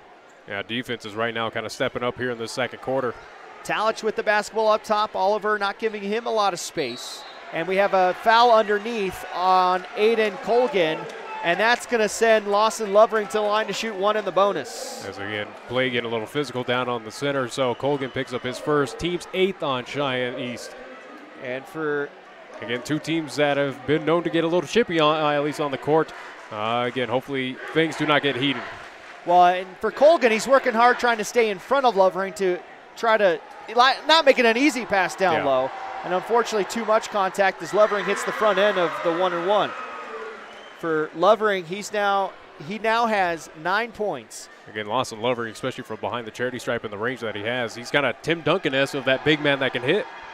He goes 2 for 2 at the line. He's now 4 for 5. And now 4 for 7 as Oliver gets into the baseline. Has to lob his pass to Muchmore, and then a foul is called on either Talich or McCleary. They're going to call it on McCleary, his first. Team's third, yeah. Yeah, so 8-3, the foul count right now. It's 21-20, East with the lead. Lovering with 10 points to lead all scorers. Muchmore looking for someone to get open. Lob pass over the head of McCleary to Xavier.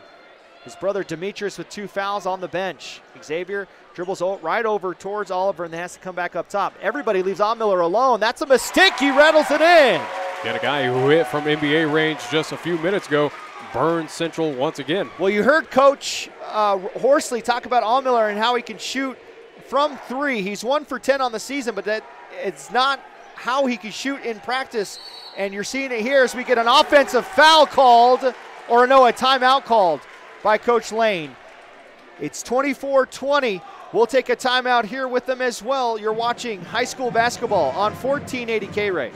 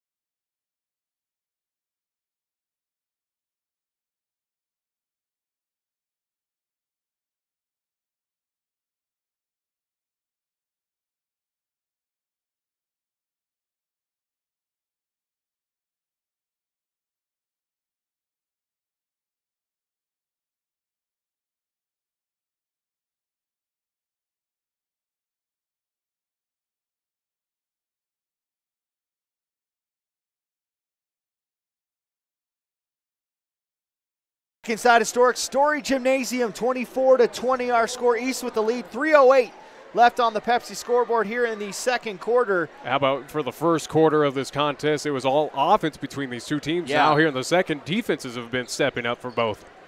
Inbound pass comes to Burke. Burke, Lyman, Talich, Lovering, and McCleary on the floor for Central. Miller, Oliver, Xavier McCord, much more, and Colgan on the floor for East.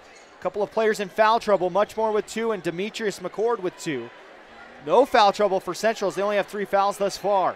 McCleary with the basketball goes to Burke as they go back and forth, working the little triangle game as Lovering's up high, try to go high-low with Burke. Lyman now driving baseline, reverse lay-in, got it to go. Nice play by Blaine Lyman as he picks up his first 2 points.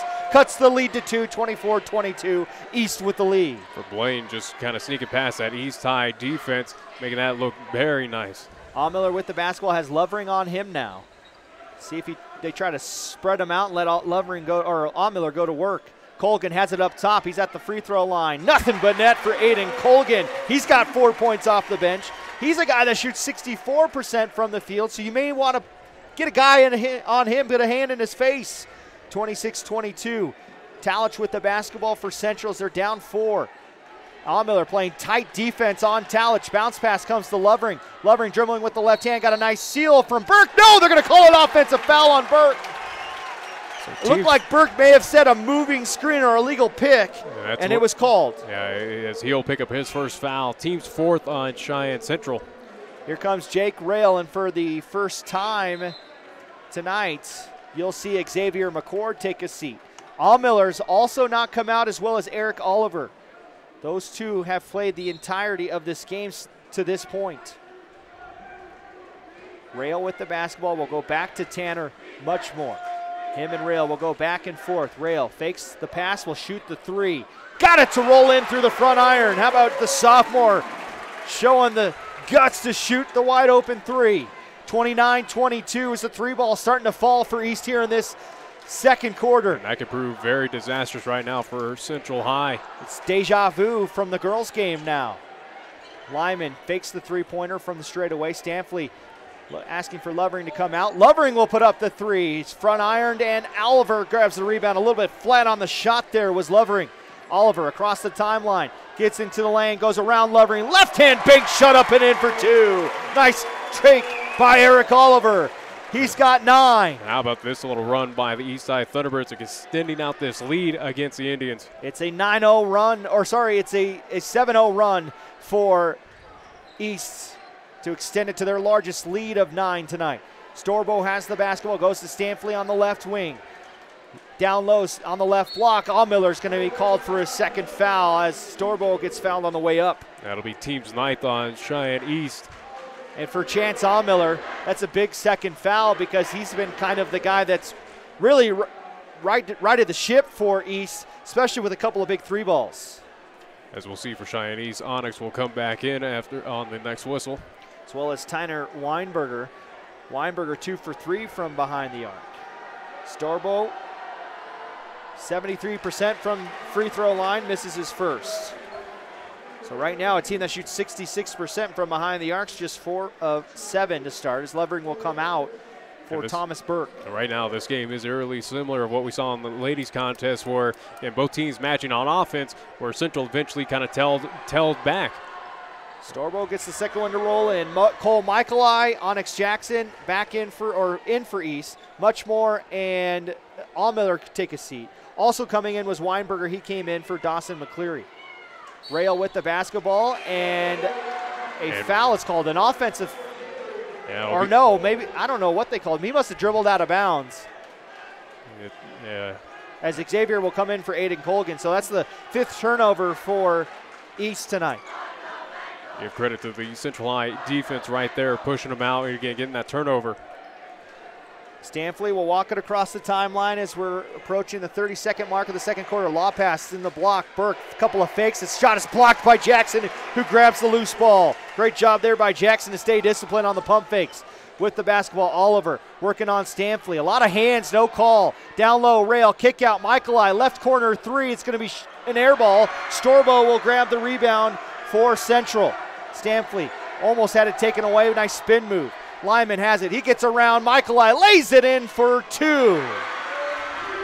31-25, and that will be the horn to end the half. East with a strong second quarter, though. They'll take the 6-point lead into the break, as we'll take one here as well. You're watching high school basketball on 1480 KRAE.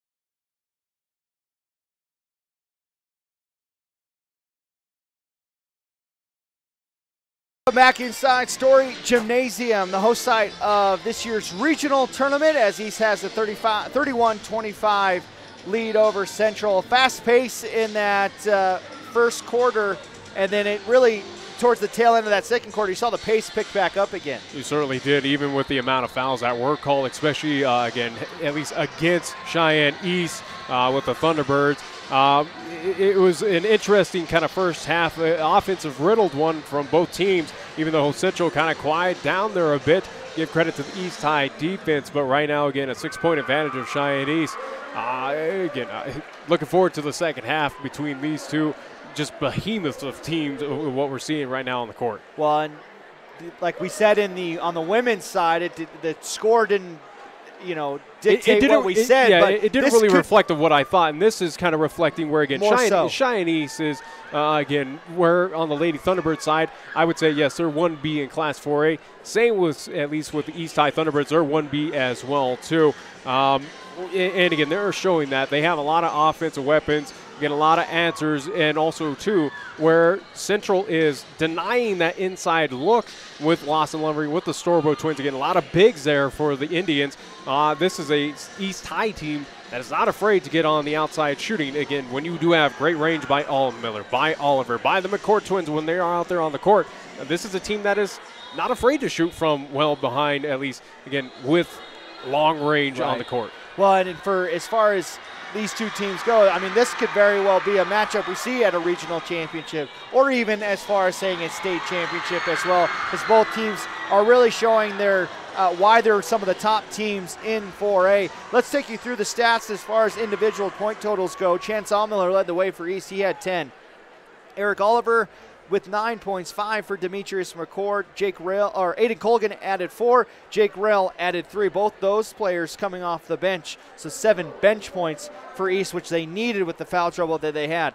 For Central Indians, they had 10 points from Lawson Lovering, 6 from Tanner Weinberger, 4 from Blaine Lyman, 2 from Stampley, and 3 from Brady Storbo. So whereas you see 7 points off the bench from East, you see just 3 for Central Indians. So, and with Weinberger in the first quarter, he started off hot, and then all of a sudden it just looked like he was, I don't know if he was got a little gun shy, but only 4 3-ball attempts in that first half for him. So again, they're going to have to start hitting that outside shot, or they're just going to keep collapsing on Lovering, as we saw against Kelly Walsh when we were at the Central Fieldhouse.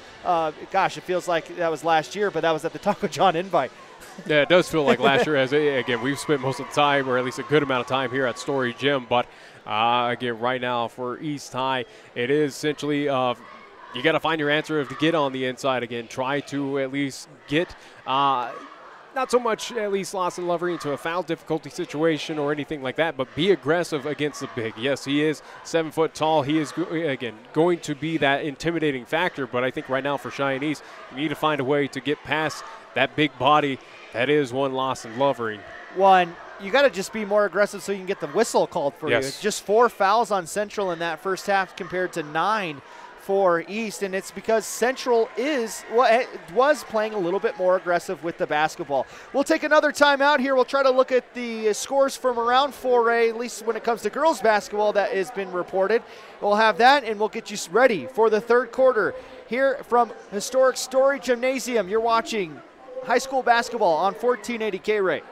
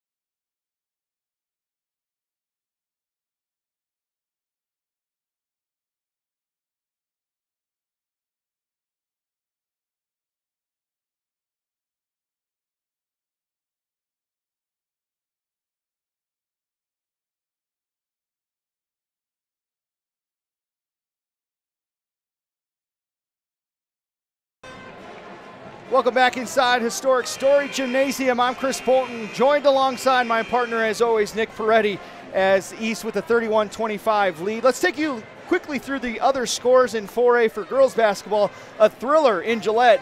Thunder Basin, the number 1 team in 4A, wins 61-58 over Campbell County in overtime. Riley Latke for Campbell County had 38 points. Natrona beat Sheridan 47-35, and then Cheyenne South beat Laramie 38-31, which for South, that's a big victory, because if 3 of the 4 teams from the quadrant make it to the regional, Laramie is a team that they have to beat. Absolutely. And again, congrats to Chad DeBryan and his Lady Fighting Bison crew getting that victory again, as I do believe that's either again on the road again over the hill there in Laramie. So again, at least for Cheyenne South, as you mentioned again, as we're right now at that point in time getting close to that regional tournament, again, eyes are on that, at least on those standings. So right now for Cheyenne South in good positioning to at least stamp their ticket to regionals. And for the first time in program history for the Lady Fighting Bison as well. We'll take our final timeout here for you and have the third quarter as both teams are back out warming up. You're watching high school basketball on 1480 KRAE.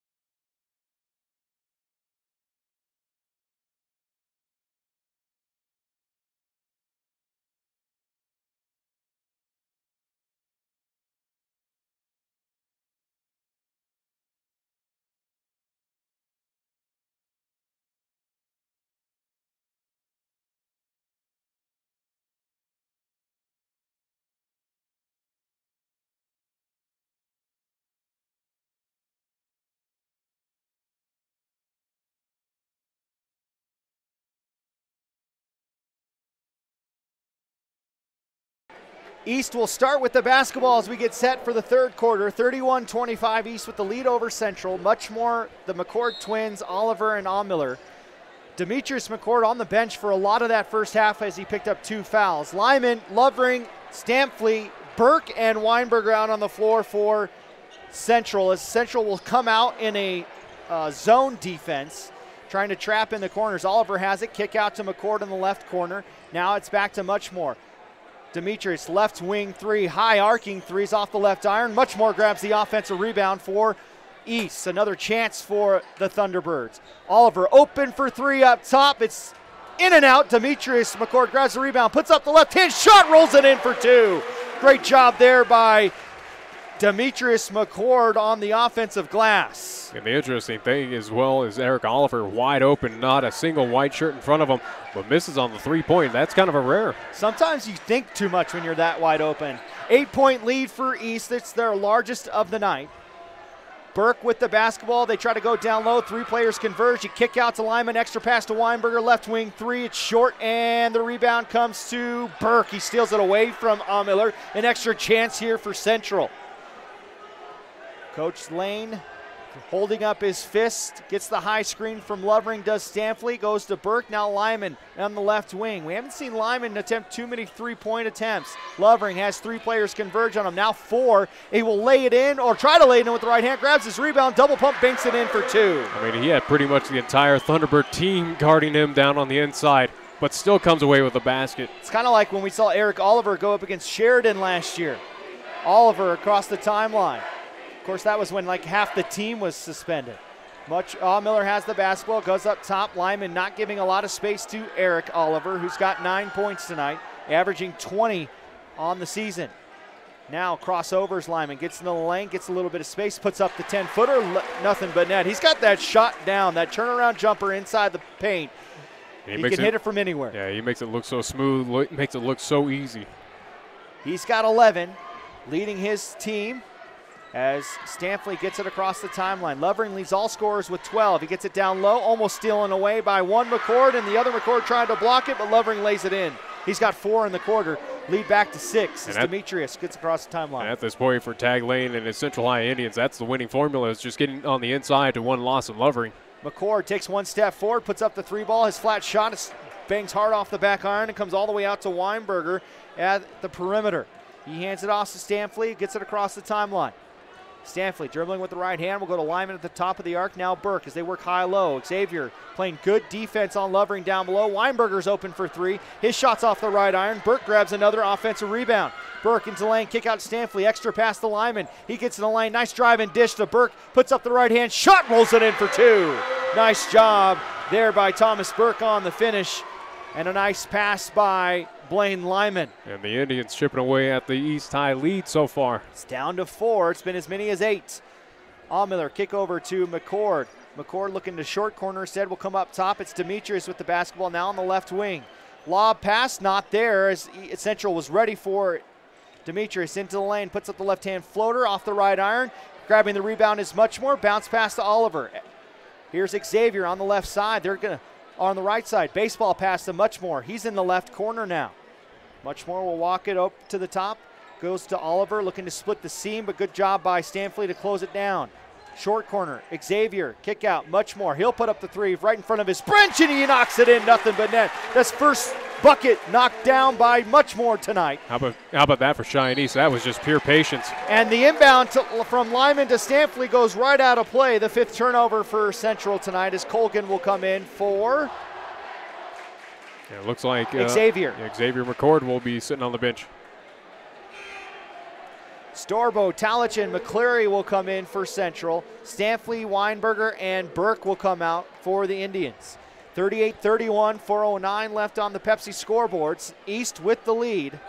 Central had the lead after the first quarter and for a little bit of that second quarter, but it's been all East since. Colgan fakes the 3, goes over to Allmiller as they work the perimeter.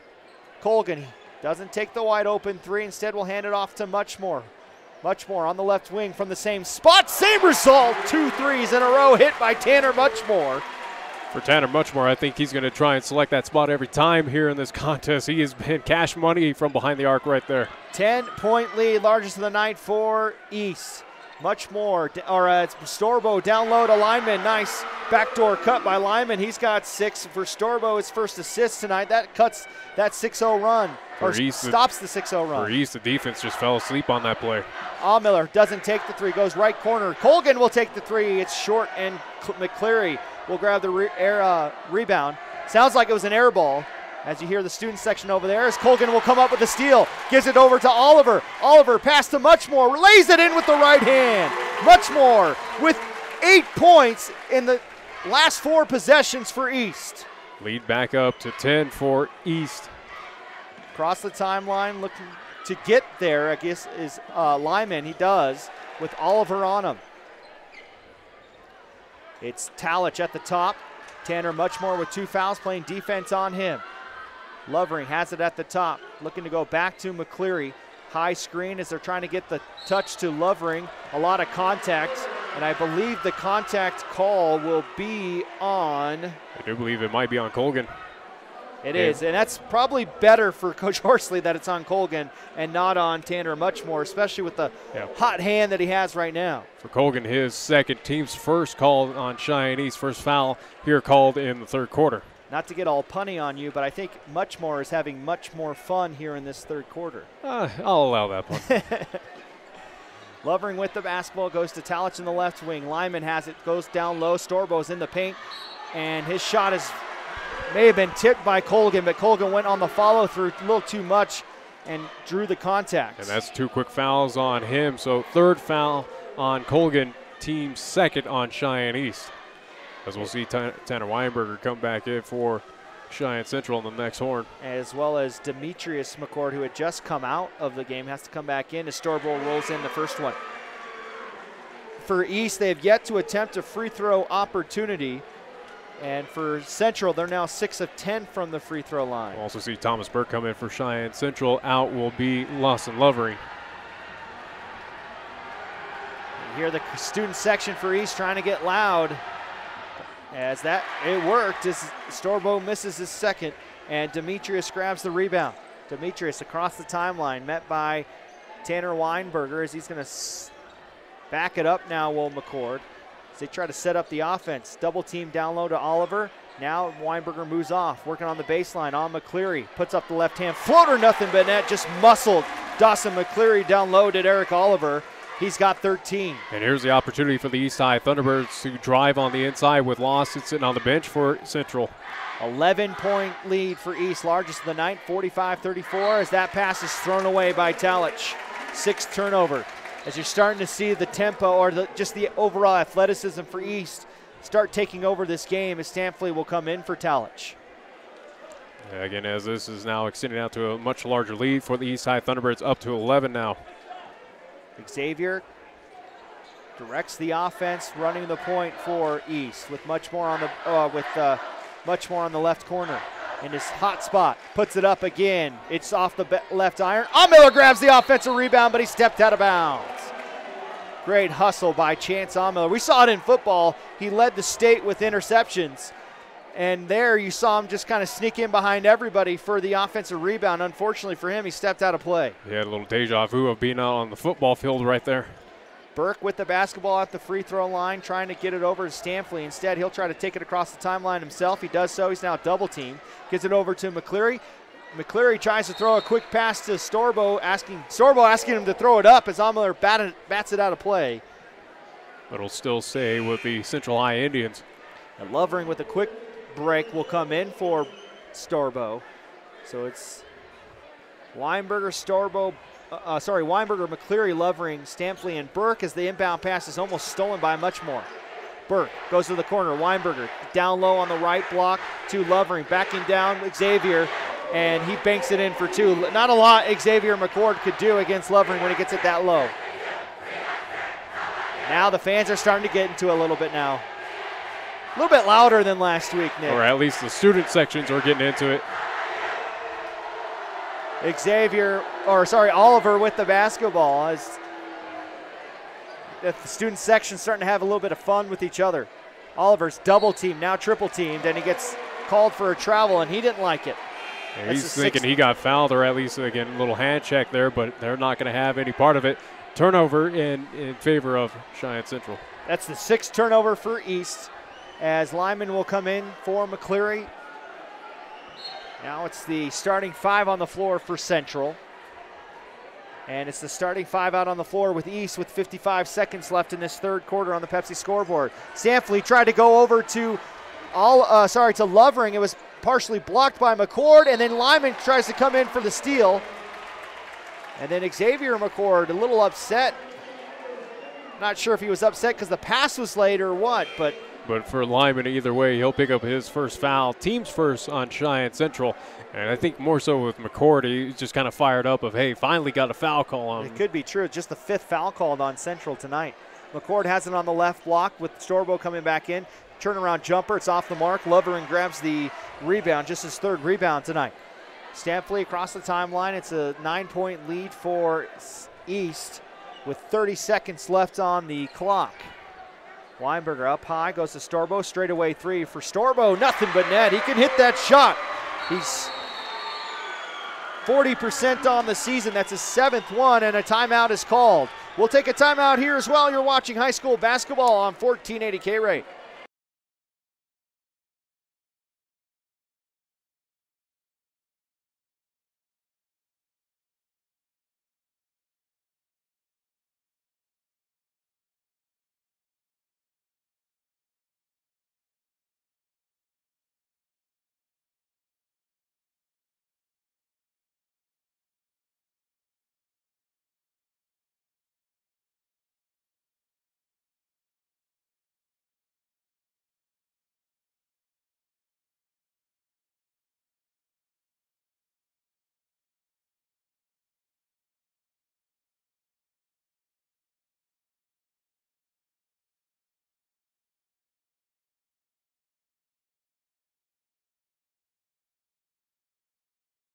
Gymnasium, Chris Polton joined alongside my partner Nick Proetti. It's East up by 6 after the timeout called. Central slowly just kind of cutting away. They got in as close as 4, but they've been down by as many as 11. McCord with the basketball for East on the left side. Goes into the wing, working on Lovering. Runs into a double team, gets it back, draws the contact, misses his first shot, puts up the second, and he's fouled. Again, just using that body, using that frame, being aggressive on the inside, and it pays off for him. So it will be called on Lawson Lovering, so his first, team second on Cheyenne Central. These are the first free throw attempts coming, and we're with 2 seconds left here in this third quarter. The first free throws coming for East. Demetrius McCord, 48% on the season from the free throw line. He goes nothing but net on the first one. And if you're Coach Tag Lane, you got 2 stops in a row, and nobody boxes McCord out. So that's going to be a little frustrating, especially when you have a 6'9" post player down below. McCord with 2.5 on the clock will have a chance for a second free throw attempt. That one is up off the left iron. Lovering will grab it, and that will be the horn to end the third quarter. East will have the 7-point lead going into the fourth quarter. You're watching high school basketball on 1480 KRAE.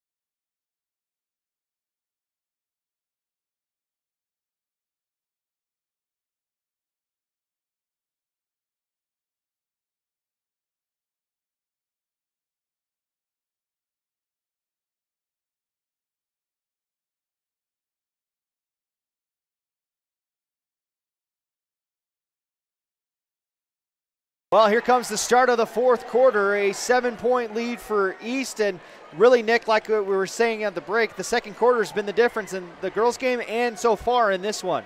Again, all those 3-point shots hit by the East Side Thunderbirds. Again, lack of offense by the Central High.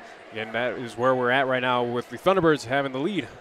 Here comes East. Lob pass to Storbo on the weak side. He puts up the lay-in, nothing but net. Nice pass by Tanner Weinberger. It looked like he was going to go to Lovering. Instead, Storbo was there. But give credit to the Central High Indians. As much as East has had the lead for a majority of this game, they keep on fighting. Demetrius, nothing but net from 3. He's starting to have himself a nice night from the scoring line. He's got 11. 49-41, 8-point lead. It's been as many as 11 tonight for East. The 3-point ball has been a little bit of the difference. Lovering works on Colgan. He misses a shot. Xavier grabs the rebound. His 5th rebound tonight. Demetrius spin move, loses control. Last touch by Stampley. It will stay East basketball. Demetrius trying to be a little too fancy on that play there, and it cost him. And at least fortunate for McCord, though. It'll stay East ball. So we were talking about Buell not being not dressed out. It looks like he rolled his ankle in practice this week. As Demetrius' 3-ball attempt goes off the front iron 2 times, and then last touch by Lovering and out of play, so East will have the basketball. So that explains why he's not dressed out, and we didn't see him come in instead of Jake Rail when Muchmore got in foul trouble. Demetrius gets the inbound, gets into the lane, puts up the right-hand floater. Too strong. Storbo grabs the rebound for Central. Here comes Storbo to Stampley. 8-point lead, double team, and Stampley loses control of it. Has to run it down. It's last touched by Muchmore, though, as Stampley did a good job not touching it. Coach Horsley saying the same thing, agreed with the call, saying good call to the official. As it will stay with Central High. Stampley gets it back. Muchmore, who had 2 fouls in that first quarter but hasn't picked up one since, playing good defense on Ryan Stampley. Stampley will go to Lovering on the elbow, working on Colgan, gets to the right block, puts up the big shot and one on over Aiden Colgan, who just picked up his 4th foul. That'll be team's 3rd called on Cheyenne East. Again, as you mentioned for Colgan, he'll pick up his 4th. And for Lawson Lovering, his 18 points leads everyone. Right now needs to get some help from his friends. Again, something that we talked about in the pregame show. This is a Central team that's been finding that at least those pieces to help out Lawson. It's been kind of tough going here tonight, though. Lovering gets 3 the hard way as he knocks the N1 in. They're now 7 of 13 on the night from the free throw line, whereas for East, they're 1 of 2, just 2 free throws for the aggressive East team.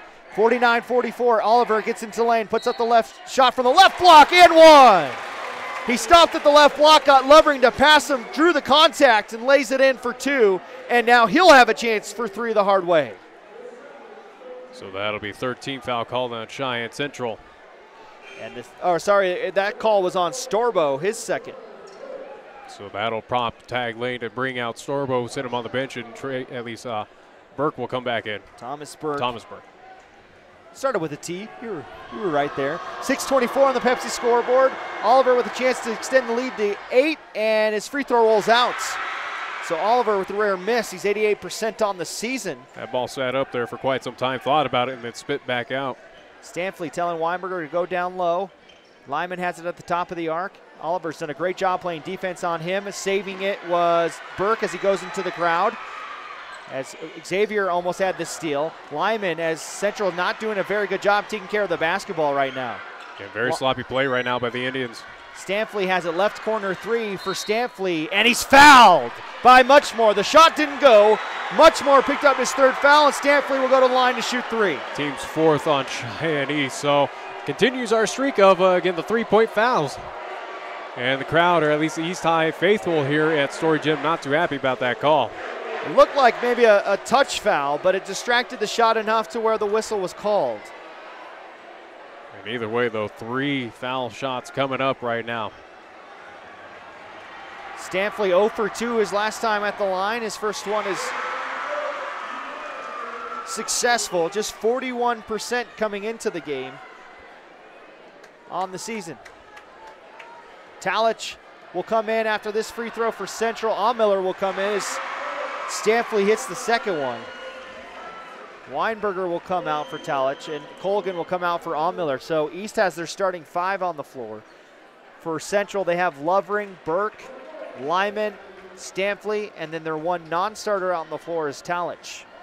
Stanfley trying to go 3 for 3 at this trip at the line, and he doesn't. That one rolls in and out, and Ahmiller picks up another rebound, his 5th tonight.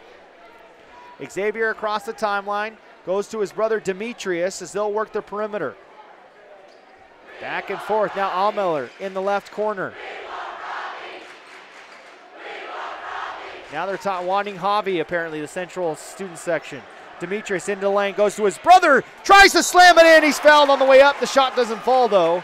That's the one thing we haven't seen yet is a dunk by Xavier, and he tried to get the East student section on their feet. I do believe that's going to be called on Thomas Burke, so it will his 2nd foul, team's 4th on Cheyenne Central. And shooting opportunity here by McCord. The officials talking to both Ahmiller and Xavier at the free throw line. But for Xavier, he does not have a point tonight, and he's averaging 10 a night. Has a chance to get his first points from the free throw line. Misses the first one, misses on the right side. Again, as you can hear, that Central High student section trying to get in the mind of one Xavier McCord, and it worked. Yeah, it did that time. Now they're up 1 for 3 from the free throw line as Xavier tries his second. That one's going to be short, then rattle in. That touched every part of the rim before going down. Xavier has his first points tonight. Burke gets the inbound, full court pressure for East. Lovering grabs it, goes to Stanfley. It's 2-on-1. Over to Lyman. Lyman puts up the shot, lays it in for 2 around Ahmiller. 52-48. It's a 4-point lead for East here in this 4th quarter with 5:15 left in regulation. Oliver will slow it down straight back as Demetrius will have it. He'll put up a 3 from the right corner. He's fouled. No, it's a foul off the ball. The shot doesn't fall, and a technical foul. Technical foul called on, it'll be on Xavier McCord, I think, or Eric Oliver. I do believe it's on Eric Oliver as he's kind of talking right now, trying to explain his case. He's got palms in the air. I'm not sure what was called. I don't know if, and technical foul on Xavier, and then he's gone. That's 2 technical foul calls in a row on Xavier, and he's getting kicked out of the game.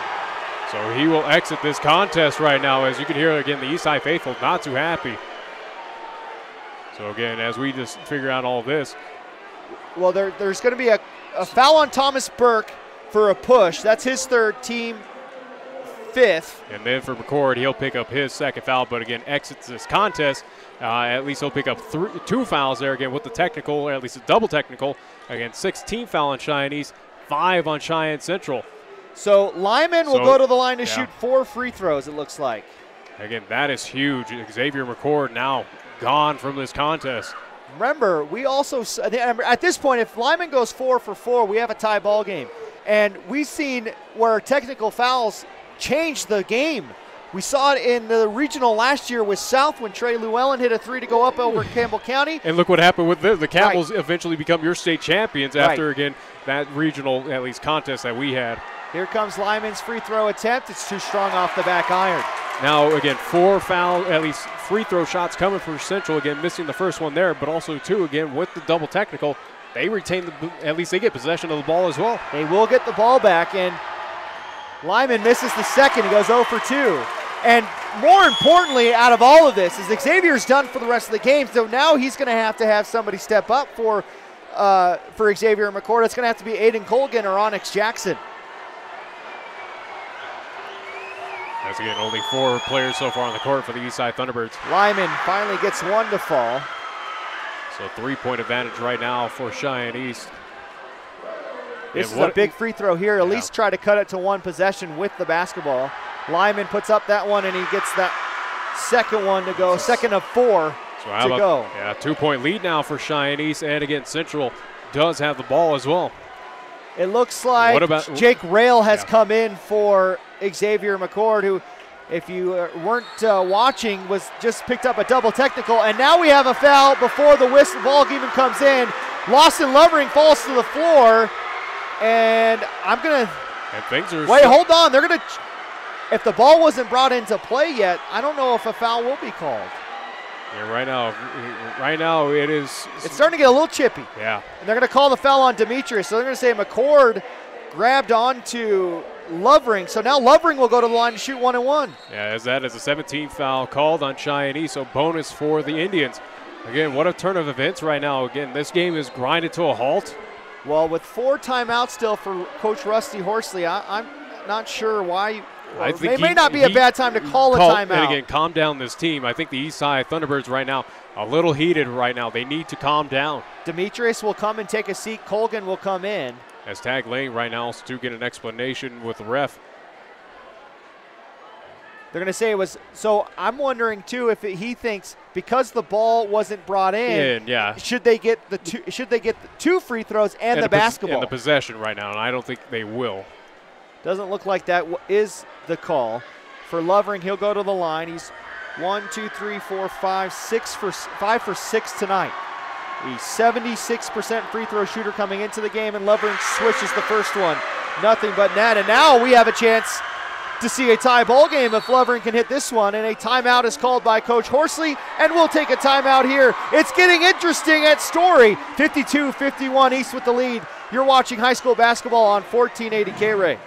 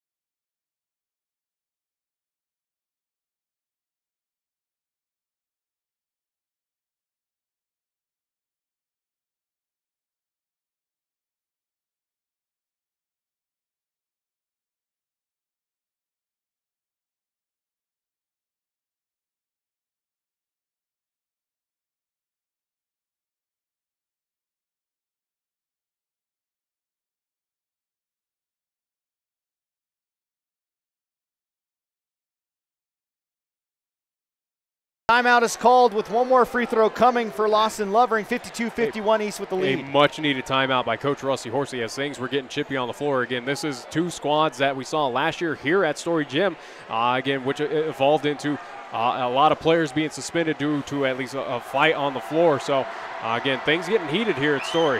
Lovering ties the ball game. How about that? Again, straight free throw opportunities for Central in a tie ball game now. Tie ball game with 5 minutes on the Pepsi scoreboard. Oliver with the basketball goes to rail. Again, no Xavier McCord the rest of the game. He has been kicked out with the double technical. Allmiller with the basketball. Goes over to Rail. He's open for three, doesn't take it. Burke did a good job closing out for Central. Rail picks up his dribble, will now go to Oliver. He's got two players on him. Oliver kicks it over to Muchmore as East is showing a little more patience on this offensive possession. Allmiller dribbling with the left hand, will hand it off to Eric Oliver. Oliver dribbling with the right hand, puts up the three ball, got it to climb in through the front iron. You want a guy that could carry you to the finish line. Eric Oliver is that guy as he pumps his fists after knocking down a big three, giving East the lead by 3. Stampley across the timeline goes to Lovering. They're double Lovering. Kick over to Burke. He's at the top of the arc. Nobody guarding Burke.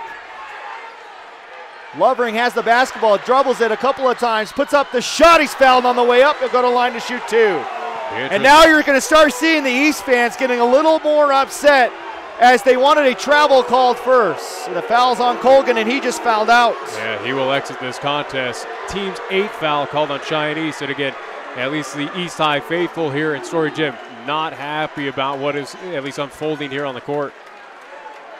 So we'll see Tanner Weinberger come in. As far as East, I would assume either Demetrius or Onyx will come back in. It's Rusty. Coach Horsley does have a little bit of time to pick his 5th player to come in. Again, 2 players now for Cheyenne East will not be able to return, at least for Xavier McCord. He is out of the building. And for at least, again, Colgan, he is out with 5 fouls. And it's going to be Demetrius that will come in. Dawson McCleary will also come in for Lyman. So Colgan fouls out with 4 points. As we were talking about Xavier being done, he actually only had 1 point tonight, did not hit a field goal. So not a good night for Xavier McCord. Could have been part of the frustration for him. Lovering hits the first one, and getting a text message for someone a little bit closer to the action. They said Xavier got the first technical foul, and the reason why he was so mad when he got teed up is he was talking to Eric when he got the technical. So I don't know if there was a miscommunication there, and he just didn't handle it well at that point. But nonetheless, Lovering goes 2 for 2 at the line. Though he's got 23 points, lead to 1 for East. Rail with the basketball goes to Demetrius. East needing to show a little bit more depth here tonight with 2 players fouling out.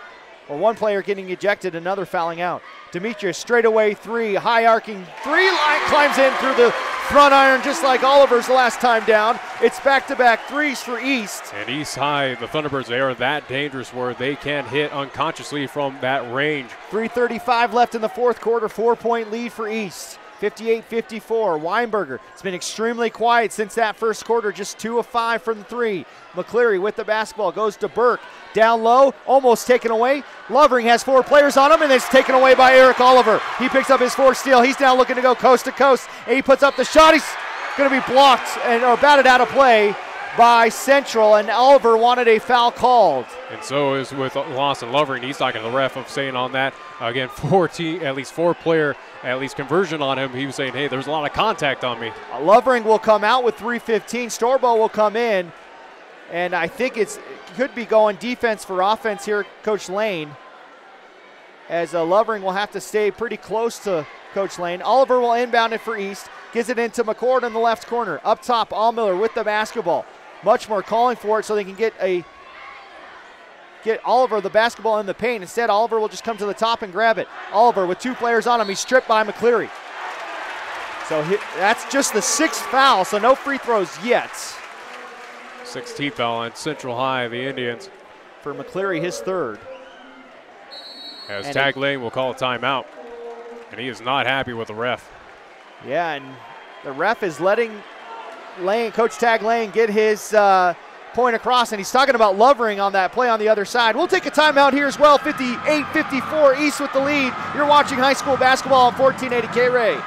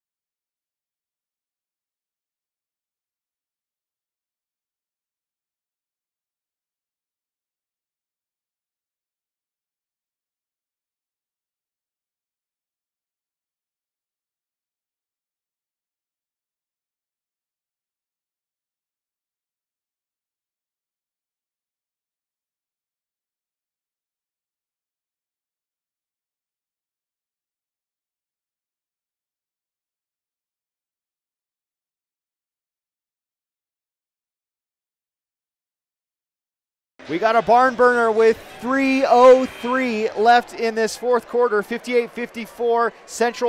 East will have the basketball. East has much more. Jackson, Allmiller, Demetrius McCord, and Eric Oliver. For Central, they have Stanfleet, Lovering. As Allmiller gets in the lane, puts up the right hand, floater rattles it in. Allmiller's been quiet in this second half, but now he's got 12 with his first bucket in the second half. Give credit to Allmiller there again, using the fake on Storbo and getting the easy floater to fall through. As Central has Weinberger, Stanfleet, Lyman, Storbo, and Lovering out on the floor. Stanfleet hands it off to the top. Lovering has two players converge on him. We'll kick it back out to Stanfleet. Every time Lovering gets a touch, you just see everyone collapse on him. Storbo has it in the left corner. Down low, Weinberg on the block. Instead of taking the shot, we'll kick it back up top to Storbo. And time ticking away right now. Central needs to be aggressive. Weinberger puts up a ill-advised three, but Lyman will grab the rebound for Central. Here's Storbo, straightaway three. Back iron, Oliver grabs the rebound for Eric Oliver. That is rebound number 6. And he'll slow it down with 2 minutes and 7 seconds on the clock, up 6. Oliver dribbles between the leg, crossover on Lyman, gets in the lane, jumps up, left-hand floater, too strong, grabs his own rebound, will put up the shot and rolls it in. Oliver showing the finishing technique right there in the paint. As just like that, is now an 8-point lead. It's another timeout called by Coach Lane as Thomas Burke will come in. We'll take a timeout as well. It's an 8-point lead for East. You're watching high school basketball on 1480 KRAE.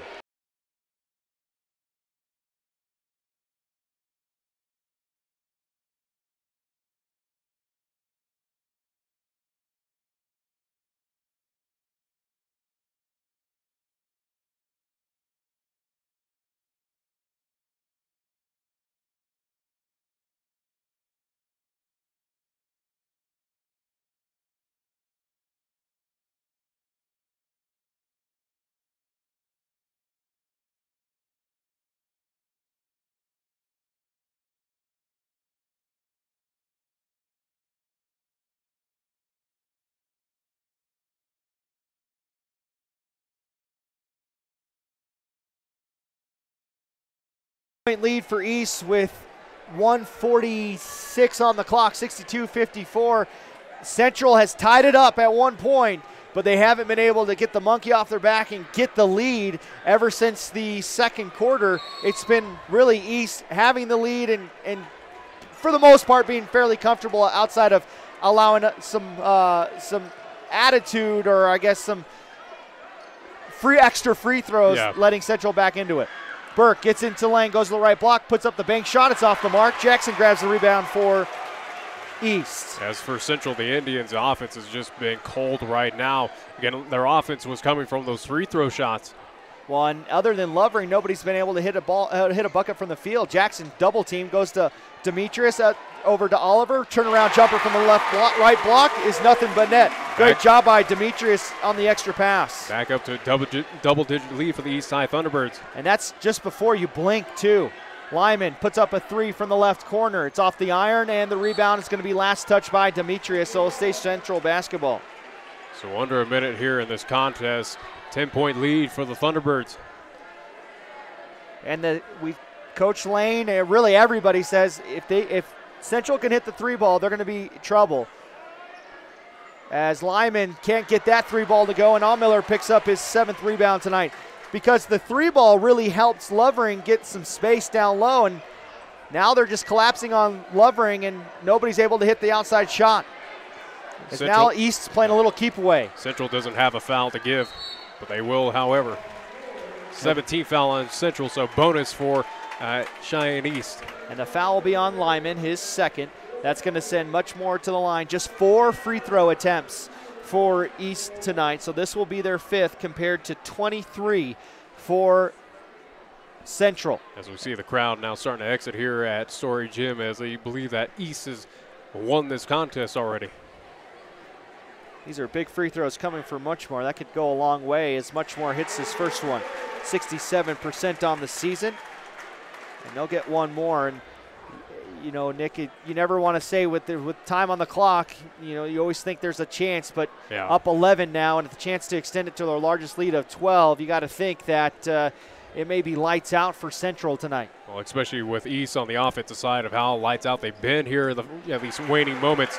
Right now, it does seem like it's well out of hand for Central. Much more hits both. He gets to a season average of 10 points a game, all in this second half after foul trouble. Stampley puts up the three from the left wing, is short, and Oliver grabs the rebound. Oliver grabs his 8th rebound tonight. And that'll do it right now for this contest. And as they're going to just dribble it out, Cheyenne East is going to move to 13-1 overall for Cheyenne Central. They're going to fall to 10-4 overall. As for Lovering, he'll pick up his 2nd foul. That will end the 4-game winning streak for Central, and for East, they'll go up to an 8-game winning streak. 18th foul called on the Central High Indians. And much more will go to the line to shoot a couple more, or 1-1. So it will be a 2-game sweep by Cheyenne East here over Cheyenne Central. Much more hits the first one. As the Lady T-Birds defeated the Lady Indians in the earlier contest. And again, it's looking like with 14 seconds left here in this contest that East will pick up the victory here. It was a 68-37 victory for the Lady Thunderbirds. East trying to, as you said, Nick, just 14 seconds away from completing the sweep. And for both East teams going 3-0 in conference play. Much more misses the second. And Weinberger has the basketball as we're under 10 seconds. It's stolen by Onmiller, and then he throws it to Lovering. Lovering has it stolen away from him by Jackson. And that will be it. Well, it was close in this 4th quarter, but East with some great three-point shooting and able to kind of hone in on the emotions of the double technical of Xavier McCord in the 4th quarter, come away with the 13-point victory, 67-54. We'll take a timeout. We'll get the final stats tabbed up for you as we get set for our post-game show as you're watching high school basketball on 1480 KRAE.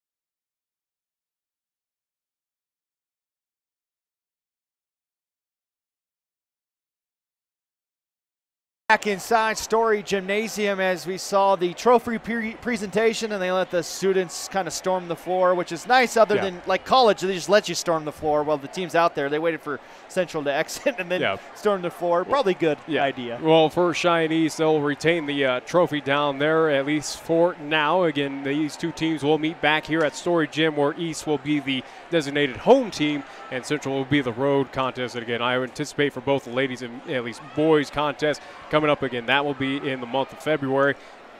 you would think it's going to be a little bit different on both ends, especially in the ladies. I expect a better, at least, offensive output by at least Coach Lynn Kirkbride and his Lady Indians.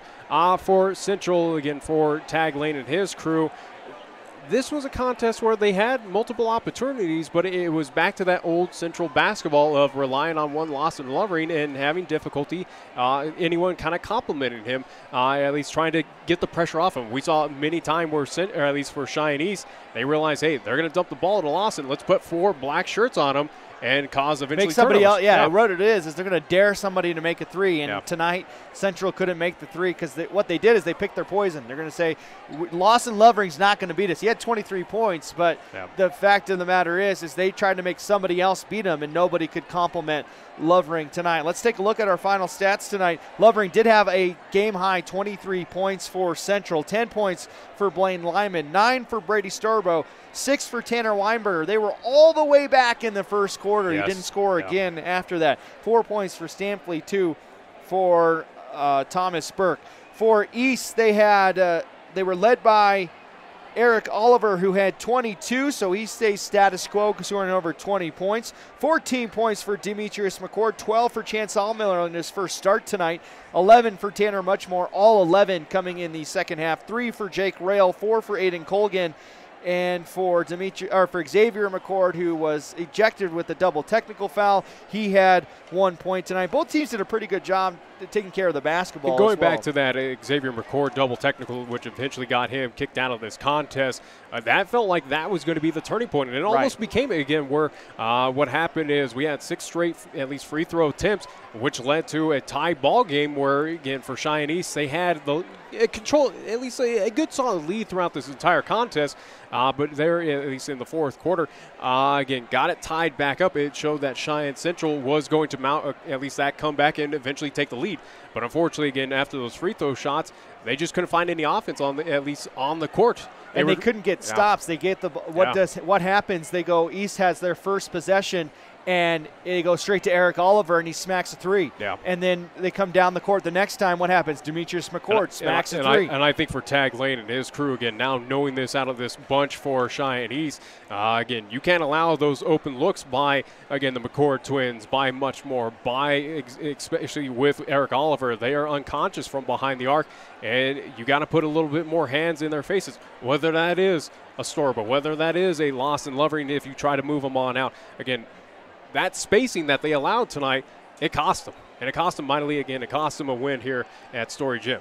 Yeah, and still a great night. Breast Cancer Awareness Night. By the looks of things, there's going to be a good-sized donation going to the fight against breast cancer. A lot of pink. It was fun crowd tonight. We saw a little bit of tension start to build, but for the most part, the officials did a great job keeping it under wraps and really getting a good tight handle on it. And really, we didn't get the first game we really wanted with the girls' game, but the boys' game lived up to the bill. And for Cheyenne East, they'll go into their Gillette weekend at 3-0 in conference. They'll be 13-1 overall for Coach Tag Lane. In their Gillette weekend, they'll be 2-1 in conference, 10-4 overall, and a chance to start a brand new streak. And to kind of wrap up things here, as again crowds are starting to exit here at Story Gym.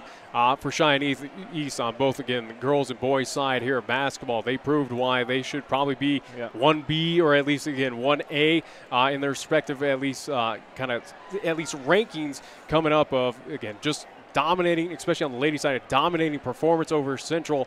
And again, in this boys' contest of just keeping control, especially of the one big of Lawson Lovering for the Indians. Yeah, and of course tomorrow we'll have some more LCCC basketball. Just on the audio side is as again the video is here in town as Pops is up in, at least Larry Prody is on, at least he should be up in Gillette, Wyoming by now. You'd hope so. I would hope so, as he traveled up there with the Lady Golden Eagles. So it will be the Gillette Lady Pronghorns and LCCC Lady Golden Eagles. That will be a 2 o'clock tip-off. They're live from the Razor City. Right after that contest, it will be men's action with LCCC, the Golden Eagles, as they'll take on Gillette, the Pronghorns. Again, pregame, about 1:40-ish, tentative at least time up there. Again, where you can listen it on 1480 AM, 101.1 FM, and 1480KRAE.com. worldwide streaming on the web. Again, no video, as again all that equipment is with us to bring you these contests here tonight. Right, because we're better looking than your Pops. So everybody said at as home. As long as you say that, you don't have to feel the right. I don't see him every single day and have a radio show with him as well. Yeah, exactly. So I'll deal with those repercussions. But either way, though, again, it was a East High sweep here at Story Gym. Looking forward to it. The next time we'll be in action is again next Friday. I do believe that's where we will be back at the Thunderdome to see this same Cheyenne squads as they'll play host to Campbell County. So again, both of the defending, again, on both boys and girls for Campbell County, the 4A state champions, defending state champs. And a rematch from the girls' side of things. Of course, they played in the Power to Play where East won that one. So another chance to get for them to see Campbell County, which if you missed it, Campbell County, if girls at least, lost in overtime to Thunder Basin. So a lot of great basketball left. March or February is just around the corner. It feels which like means March should already be we're here. 1 month away from when the fun really gets going. Absolutely. With the regional and state tournament. Well, Nick, as always, champions once again for us. It doesn't matter who we go up against. We're just champions. Tag champs at it again, and we'll be back at it again next Friday with Cheyenne East and Campbell County live at the Thunderdome. All right, well, for everyone out there, thank you for tuning in and watching it. If you weren't able to make it into Story Gymnasium tonight, we hope you have a great night. Don't forget tomorrow to listen to Larry Peretti on 1480 KRAE or 101.1 FM KYOY, and again streaming, as Nick said, on 1480KRAE.com. Have a great night. East sweeps Central here at Story Gymnasium.